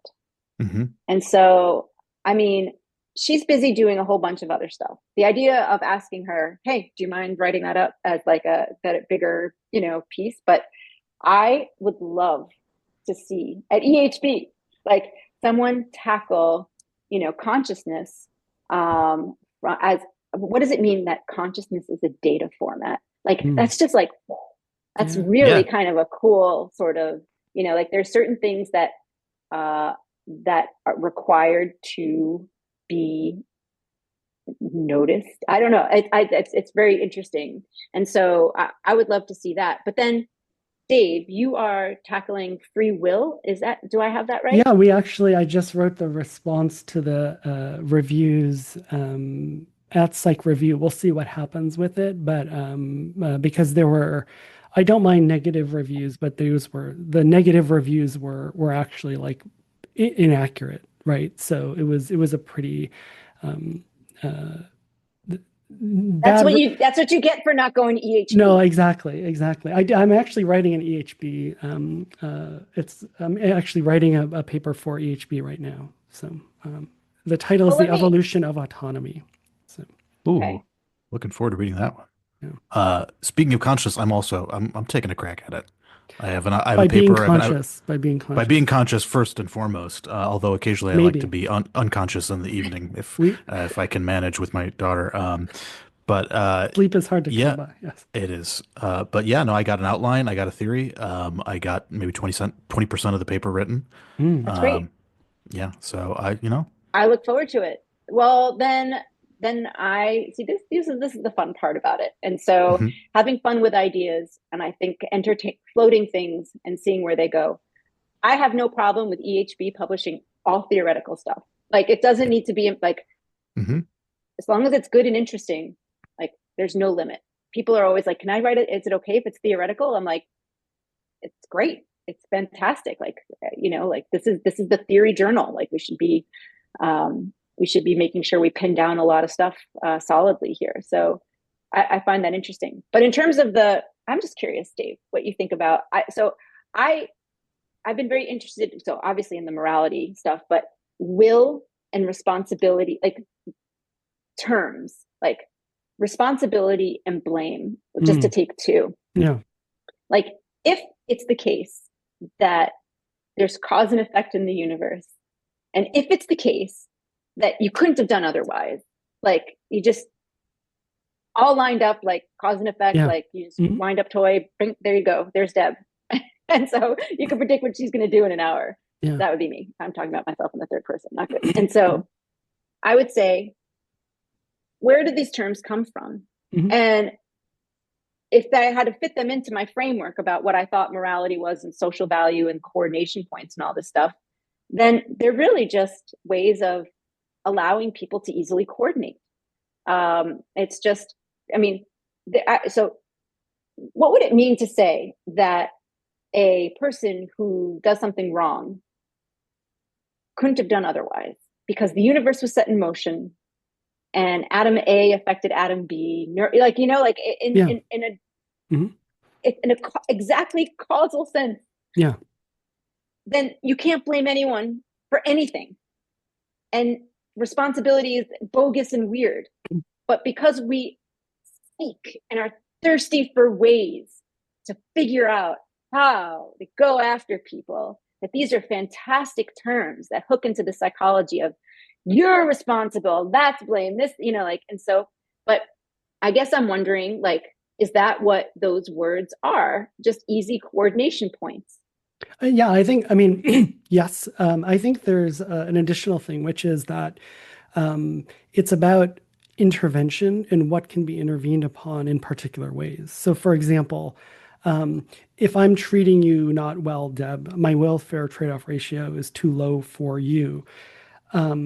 That's one scenario. Another scenario, a good example, a counterexample is something like I have a broken bone, let's say, right? There are things, Deb, that you can do to me to try to change my welfare trade-off ratio with respect to you. So, for example, you can talk to me, communicate any number of ways. You know, punch him in the face. Exactly. You can either impose costs or upregulate cooperation or say, hey, like I'm a more valuable partner, whatever. You can talk to me, you can try to convince me, you can do all kinds of things to change the setting in my head that is my welfare trade-off ratio with respect to you. And then if you do that, that will change my behavior and the outcomes for you going forward. Okay. None of those apply to the broken bone. So no matter what you try to do, I mean, assuming I'm doing everything that will heal my broken bone as quickly as possible, there's nothing you can do to convince me, for example, to heal my broken bone, right? I can't convince myself, right, to like heal my broken bone. It's just going to take time. It's not within the purview precisely of like my planning and motivational systems to be able to do anything about the speed at which my bone heals, you know, leaving aside these things of like, you know, don't walk on it, put it in a cast, go to the doctor, whatever. And the idea is then that even though it's true that everything is sort of causally, the full nexus of causal determinism or things going forward, we have evolved entries for the kinds of things that if we do intervene upon, we can change outcomes. And so, for example, what it means that somebody is responsible or we're blaming them, or we're communicating an attempt to intervene upon them such that we're either communicating to the person, it's an attempt to actually change, for example, motivation planning, goal weights, et cetera, for the future. But why? Doesn't my anger do that? What, I guess I'm wondering what does it do above and beyond my anger? Well, in this case, it's just that what the entry is for is an evaluation of, like, for example, is the person responsible or not? Which can come into anger, it could come into coalitional things, but it's part of the evaluation of whether or not, for example, you're making a claim about, if you're saying, I mean, there's a difference between the representation and like saying something out loud. But if you're saying like, Dave, no, you're responsible, you're treating me badly, you're responsible for it, it's doing a couple things. One is it's telling me I'm not doing this, treating you well. And so that has the effect of like the anger thing, right? You're trying to recalibrate that too. But it's also a claim about, it's not falling into the broken bone category.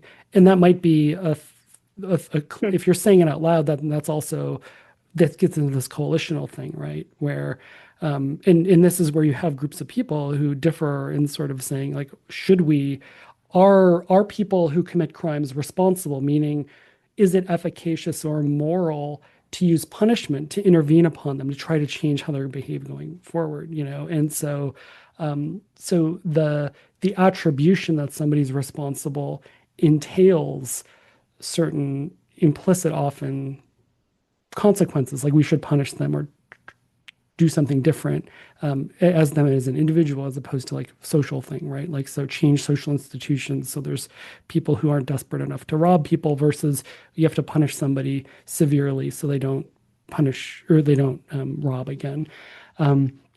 Does it answer the question? I mean, it's the reason why there's that entry, the claim in the paper is the reason why something like responsibility or will has to do with the attribution of where the a leverage point in changing that outcome exists.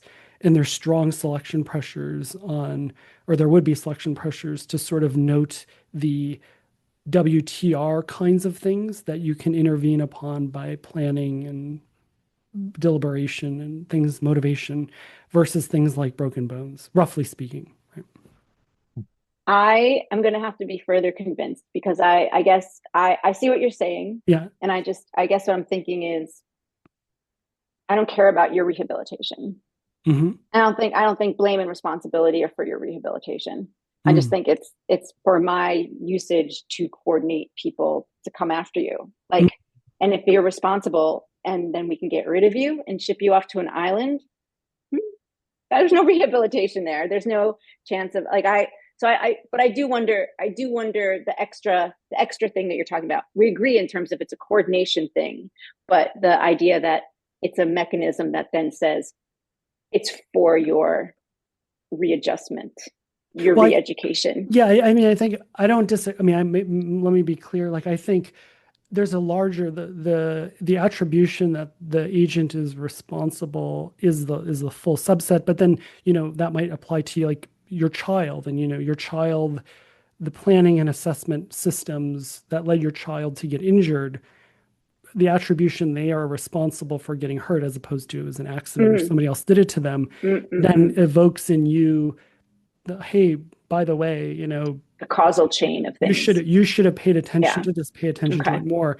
There's another part of that Venn diagram then is not your child, but also like people that you already are in a coalitional antipathy with, and then you can use it exactly in this way. So I don't disagree that one of the outcomes of the responsibility attribution can be alliance E, and in fact the other way around, where if you're already interested in having an alliance go after these people, there's an appetite for, just like there's an appetite for disgust, to even hallucinate disgust, it's to hallucinate responsibility or blame, right? In order for them to be a basis of ganging up on them. So no, I definitely you think it falls out of causal language. So what led to blame and responsibility is a way to pinpoint causality. Well, I think in like a 2B way, I think causality is just what the mind is doing is highlighting a leverage point in changing behavior. It's not the full nexus of causation. So, if I pick up a cup and pour it over, we focus on like, pour the water out or the coffee out. The thing that will change that happening again is convincing me and my planning and representational systems not to do that, not to like, boycott the person who made the mug, or I see it as you pour something over the mic and you cause the mic to get wet. Yeah. And that's all there is to it. That's all there is to it. You bring in a third party, he's responsible for ruining that. Like I'm gonna think about what you're saying. But my point is that why the extra colorful language, I guess is all I'm saying. It seems to be interesting, colorful language rather than this is what happened. Like, let me explain to you the cause and event. Like, you did this and then this is what happened. Like, and so don't do that again. Right? Why this extra layer of does it come for free? Is it just extra? Are they synonyms? I don't know. That's what my question I is. see. Yeah, yeah, But yeah. that's I think all. that's, yeah, no, no, I see what you're saying. Yeah, yeah. Very deep into the weeds.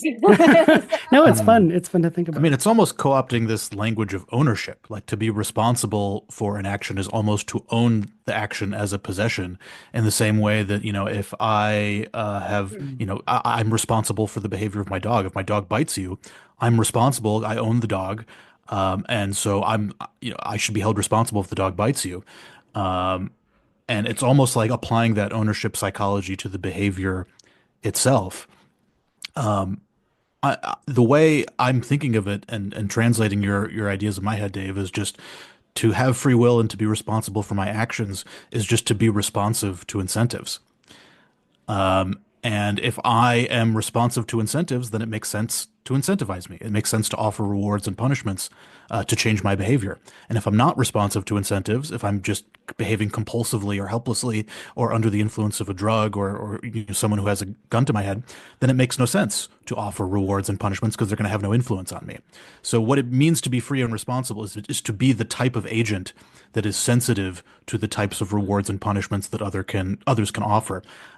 Is that basically what you're saying, Dave? Yeah, I mean, there's actually a definition of free will that is reasons responsiveness. And the Yeah. idea is, I mean, the core idea is that what free will is sort of a representational entry. It's not a objective feature of the world, and it's a representational entry that's basically assessing to what extent what we're calling an intentional intervention, which is sort of appealing to motivations, goals, desires, those kinds of things, either in you or in a third party, is effective. So the degree to which an intentional intervention is effective, that is what the free will representation. I mean, I don't think in the evolved system it's like tagged as the free will system, but I think when people talk about free will, in large part, it's a result of that system and that representation of the efficacy of intentional interventions for yourself and others. And a concomitant of that, or one way to explain why reasons responsiveness is part of the theorizing and the debate about free will, is exactly what you've said, which is that if I'm doing something, I have free will about it if I have reasons for doing it, and if you can change the reasons for why I'm doing something. Like, let's say I have a certain political ideology, and the reason why I have it is for a certain reason, X. And you say, actually, if you're really interested in X, you should have this other political ideology, right? To the degree that I am right, that I'm choosing political ideology because of X, you should be able to change my mind, right? And so that's the idea that, and I'm free to change that. And I can even change my own, if I say I really care about X, like let's say I'm devoted to my government, and I'm free to choose to do that. And then somebody convinces me my government isn't good. If I still feel like, oh, for some reason I still can't, be disloyal to my government, I mean, I don't experience myself as free. Like there's something compelling me that isn't me, right, within me, or like, my own deliberation, motivation, reasoning systems are not under the control of this motivation system that's sort of autonomous from me, and it's just compelling me to be like loyal to my government, even though I don't want to be, meaning like the I, meaning like these planning and motivational systems. So, so yeah, reasons responsiveness, the idea behind why that is coming up in free will, and that's not our idea about reasons responsiveness, but it's that it's ultimately informing. It's because it's about this adaptation for assessing this efficacy of intentional interventions, if that makes sense. I just want to. I'm going to throw. Yeah, Deb. But at the same time, I totally agree with Deb that this psychology is often co-opted and exploited by coalitions. Oh, totally. Yeah. In the spirit of entertaining all hypotheses here, Yeah. particular, I mean, like, I'm having a hard time moving off the position of the more parsimonious explanation of in order to coordinate people, I need to have them enter the matrix. And the matrix is everyone gets to choose. And if we all agree everyone gets to choose, then anyone can be gone after, because I have to make sure that I get as far away from the idea of a causal physics. in order to ensure that I have every right to be able to go after everyone. And free will is the mother lode of, like, it just basically says you could have chosen otherwise. And that is anything goes now. And so the idea, as soon as I can get everyone to agree that everyone can choose, that's it. Interesting. Then the coordination psychology takes off, right? Because then as soon as you're like, well, he couldn't choose. And so that's an interesting part. Like, people don't like, people who want to rail against gays, they don't like to hear, like, they couldn't choose that, just like you didn't choose heterosexuality, right? They're like, man, I don't like that argument. Right. And so I mean, but the idea, like, they couldn't choose, and it's like that prevents them from coordinating. Yeah. Right. So and I find that interesting. So anyway, so that's my only, that's where I come to free will. I know it's a very lovely, cheery side of free will, but I see it as the requirement for coordination. Yeah. Cool. So anyway, it's almost like it's like a God of the gaps argument, where like people try to put God into any area of scientific inquiry that we don't yet understand. Oh, God did it. And as soon as we understand it, then they find a different gap to sneak God in. It's almost like what you're saying is, if we're trying to coordinate a coalition against someone, there are all these causal stories we could tell to cancel the justification for attacking that person. And we're looking for some gap to fit the justification into. And that gap is free will, just as, it's this area outside of causal determinism that's uncorruptible, and that we can use that as a coordination point for going after this person. Is that basically what you're saying? Yeah, pretty much. Like, Okay. In order to coordinate, it's like, let's see, disgust going to work? All right, maybe not here, although it works everywhere. Anger, maybe fear. Like, you go down your list of stuff, and I think that just free will is one of those things that allows you to. It's just like, he could choose. it's like the ultimate. It's the ultimate kind of lightning rod. It's the conversation stopper. It's the God did it. Yeah. No, I think it's interesting. Well, I really look forward. We haven't had a lot of that kind of conversation. That's a topic that just has not been in any journal for a while. It's going to be exciting to see what happens. And so, and hopefully some philosophers will chime in too. Too bad Dennett's not around. Yeah, Christian List has some great work, and we actually talked to him. We went back and forth a lot, and he's a big fan of this work. So I look forward to it, and I'm looking forward to. I know David is one of the other people doing this. Is sort of the evolutionary psychology of philosophy of mind. Like, I really think that the fact that all of philosophy, like a lot of philosophy, is predicated on ideas prior to the notion of how information gets into phenotypes over multiple generations. So a lot of it was sort of stuck with, like, what does a blank slate, what can a blank slate know by the time it dies, right? Like, just with an individual lifespan. And so if you read, like, even Hume, for example, a lot of the ideas of Hume, if you actually read association not as a within lifespan time, but sort of this idea of over multiple generations, it's actually like of psych, right? So in other words, like, there's a lot of prior to Darwin, without understanding how historical time can show up in organisms, there's a lot of ideas that once you just add that, oh no, differential reproductive success is how structure gets into the individual phenotype. I think a lot of philosophical issues sort of change, and I think there's this enormous thing still to be done of sort of integrating evolutionary psychology with philosophy of mind, not just for, like, feckless bookkeeping reasons either, but, like, there's tons of studies that are predicated on, like, for example, there's all these Lebesgue studies on free will, and one of the things we point out in our paper is, like, these might all just be for nothing. For example, so it's like, more money than you or I or all three of us have ever gotten in grants have been spent on the neurocognitive activity prior to a decision for this Lebesgue study, and it might not be for any good reason, right? So these have important theoretical implications, or like empirical implications too. So I look forward to that as a new area. Absolutely. Can I ask, I know that we're probably going to need to wrap up soon, but Yeah, I just sure. want to ask the two of you, like Mhm. where you see the field of EvPsych going. Like, what are you most excited about in addition to the things you just talked about? I Dave. would echo. I would David. Oh, echo David. Dave's.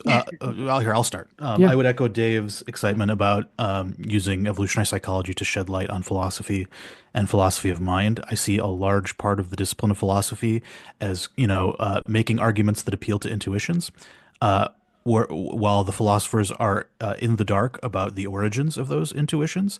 And I think the best way to do philosophy is to figure out where those intuitions come from, and only then can we say whether we should, trust these intuitions, but not these ones, right? We need to actually do some good evolutionary psychology to figure out where these intuitions are coming from. There's an interesting, so I'm bringing this into the study of consciousness, for example. The philosopher David Chalmers talks about the hard problem of consciousness, which is how does consciousness arise from mere brain activity? And he also talks about the meta problem of consciousness, which is why does it seem like there's a hard problem? Why do we have these intuitions that brain activity and consciousness are fundamentally different things? Yeah. And so I think the way to solve the hard problem is to first solve the meta problem. And I think that is true of all, if not, most or all of philosophical problems. That we need to first translate them into meta problems and solve them, and then we can begin to solve the actual problem. So I'm excited about Dave's work, the evolutionary psychology of psychology, the evolutionary psychology of philosophy, and our philosophical intuitions. I would love to see the field do more mathematical modeling and more game theory. I know we had Dan Conroy Bean on, and he was he's an evangelist for more math modeling in the field, and I think he's right, and we need to do more of that. What else am I excited about? Um, those are the two big ones. I want evolutionary psychology to take over. In addition to philosophy, I want it to take over political science. There are too few evolutionary minded people in political science. I'm trying to change that. I tried to change that with my paper on the alliance theory of political belief systems, but I think there's much more work to be done there. Do you go to any Um, PSI conferences? Like, is that something that you're? I was invited to a couple of them. I ultimately decided not to go, but maybe I'll try to go there and spread the good word of what would John do. But uh, yeah, I'm excited about that. I think uh, economics. I think we should bring more evolutionary psychology into Yeah. economics, consumer behavior, rationality. I mean, the sky's the limit. Anything that stems from a human is ultimately within the purview of evolutionary psychology. Humans Yeah. are animals, they're products of the Darwinian process. Anything that comes out of a human has to be subject to evolutionary psychological reasoning. I mean, people talk about it as reductionism or reductionism gone too far. I don't view it as reduction at all. We're already animals. Like that, there's no reducing. Yeah. Like the human mind already is an evolved organ that's been shaped by natural selection. There's no reducing to do, right? It's all there on the surface. We just gotta, take the right lens to view it. I think So that I don't, yeah. if we change their vocabulary from reduction, if Mm. anyone says that to you, I say that sounds like you're denying it. I think that's how you kind of get them off that, right? So it's Yeah. like, are you denying that there's a? Because I think that's all that I need to ask, and then Yeah. like, well, no, like, well, me neither. So we're on the same page. It matters. So no, I think the political science. Casey Klofstad is here at and he's one of the very few political scientists I think that has, and well, in addition to Michael Bang Peterson, Sir Michael. Yeah, he's knighted. We've never Mhm. had a knight on, unless you're knighted, Deb. Can women be knighted? Is that a strange question? That's a very good question, and if not, that's a problem. What could we be if not knighted? Somebody's gonna have to Google that. Chat Ju- is. Don't think I'm not going to ask as soon as we get UK off. folks are face palming. Yeah. Okay. Sorry. Yes. We have no titles. Yeah. Those are great. Those are all great directions. And so, in the like I said, I'm stepping down from EHB in, I think I have like another year and a half or something like that. I think it's technically 2 years, but in a year and a half, I think I'm going to have to bring someone else on to at least help train them up. Although it's like I said, it's not that hard.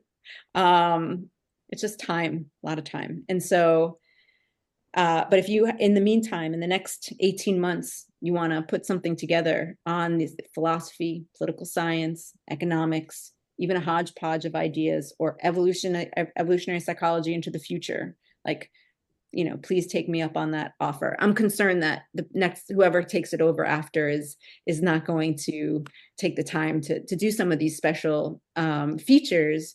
And so I really want to kind of take full advantage while I'm doing it. So if you have any ideas, I really am all ears. But again, even bringing people in who might not get it right, bringing them in for the conversation and have it be a conversation, or picking one person in the field of philosophy or economics or political science. Let's write a paper and let's go back and forth, have some commentary, just to kind of see whether or not there's anything that we can take from it, and anything that can be used, for programs of research or future work or whatever. So think about it. And also pass it along to other people that that you find are saying some interesting stuff, who might not be exactly evolutionary, but are interested in learning. Awesome. Keep the conversation going. We have one question we usually ask towards the end. Sometimes it's a stumper, which is there anything we should have asked you? I think we went from like one end to the other. I mean, we covered a wide range. We got really into did. free will. Yes, there is something you should have asked me. You didn't ask me about tears. Deb, tell us about tears. No. I'm just kidding. Oh, you're gonna make me cry for Deb. next time. We'll have to have you on. Have you had Daniel on here? We plan to. Yeah. But no, Dan Sneezer is great. Yeah.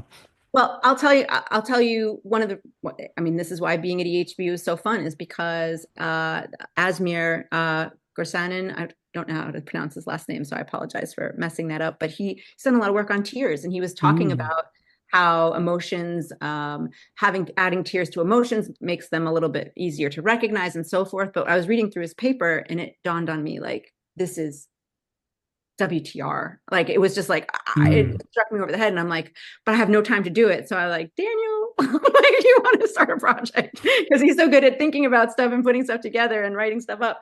And so, but basically the idea is that, what are tears? We kind of never really had an evolutionary idea of what tears were, but it's like it's the opposite of the scream and the yell, which can be used for good and bad, but tears can be used to kind of signal positive and negative sorts of things. But the question is, tears do seem to be a signal of either value or benefit kind of thing, depending on the particular context. So it's just an amplitude. It's the amplifier for the low leveraged. Isn't that awful? But I think that's true. Interesting. It's a really nice example of taking a really an obvious thing and not accepting we don't know about it and trying to push on what's up with tears. Yeah. So the idea is that everything ranges from negative to positive value for me psychologically. And what tears are is signaling the tails of that distribution, the two extremes, either extreme positive value or extreme negative value. Is that the idea? Yes, but it's communicating. You're imposing a lot of costs on me, and I don't have the physical leverage, as or the formidability, the attractiveness, or the status, or whatever, in order to kind of convince you to stop. And so it's basically a signal of, don't hurt me more. Like it's intense. Like otherwise, if I'm big and I can bop you over the head, I'm not going to use tears. I'm going to scream. I'm going to use my formidability, and I'm going to deny you benefits and all that. So impose costs. So I would say that the lower leverage person who is kind of caught in a situation, that tears communicate the imposition of costs. And I also think that on the positive side of things, the intense happy and gratitude sorts of things also tend to be done by I'll have to think about the similar kind of the similar explanation in terms of the lower leveraged, but it does seem to be that, it does seem to be that people of lower leverage, by which I will define as smaller circumference, or something kids like have small like, arms. So kids, they're kids going are to a good be more example, likely to weep at the positive, right? Mm. And so, and I would say, so if you've ever seen a very like strong man like begin to cry, like or like tear up, it means it's really on the tail ends of either good or bad, and it's substantial. Like it's something, things are extremely bad, like, or extremely good. But my point is that, but the idea that, weepiness is a kind of thing is typically left for the lower leverage. So you really have to be out leveraged and in order to make a very large, formidable beast. So it's the interaction of extreme value and low leverage. I think so. I think that's exactly interesting. So if you're writing fiction, I can't help but sorry, David, go ahead. Go ahead. No, I was just going to say, like, if you're writing fiction, a king crying would be interesting, but a little kid crying would not be. And it's social emotions, right? So it's not like your hamburger really disgusts you and you're going to cry, right? So it's even disgust, you can partition out when to expect it. So social disgust, versus a pathogen disgust that is, like a hamburger. Like you're not going to, even though it could be intense, like that would be like satire, like seeing someone cry at their hamburger, right? And so it could be that your parent didn't value you enough to make you the hot dog. Like that could be why you're crying about the hamburger, but it's not right. So it's interesting. Yeah, no, it's definitely communicative. Yeah. I can't help but ask this question. I know we have to wrap up, but I have we're having fun. An inkling of suspicion here of the story. So you're crying. So let's say I'm hurting you in some way. Maybe I'm bad mouthing how horrible evolution in human behavior is and how much of a terrible job you've done with it over the years. And you're weeping, right? Probably not, but go ahead. Maybe no, you probably wouldn't. You're one of the ballsiest people I know. Good try. You're more formidable than me. I'd probably be the one weeping. So you're weeping, and the tears make me stop and apologize, right?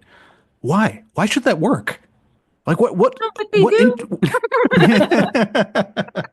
what reason do I have as the signal recipient to respond to that signal? To the extent that you value my welfare at all. So you won't care if you don't value my welfare at all, right? So I actually, so I like to go very far out on the ledges, and this is not where I want to end it, so I'll bring it back to probably something positive. But you think about I was watching Black Mirror. So you think about these crazy people who are like doing such awful things, but like the BTK, like the crazy killers who like get these girls and then like they do awful things and they kill them. Like these girls are crying. Like they're probably like, everything's fine.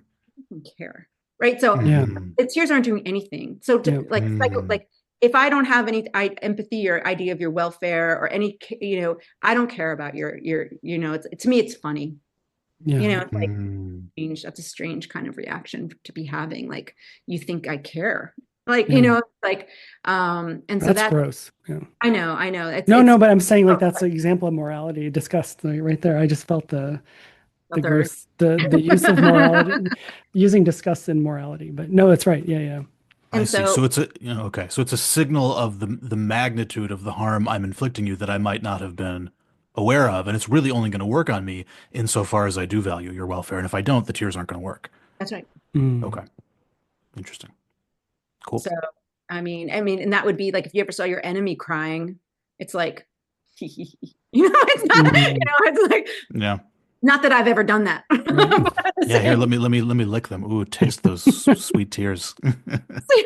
like the mugs of the tears of evolutionary psychology.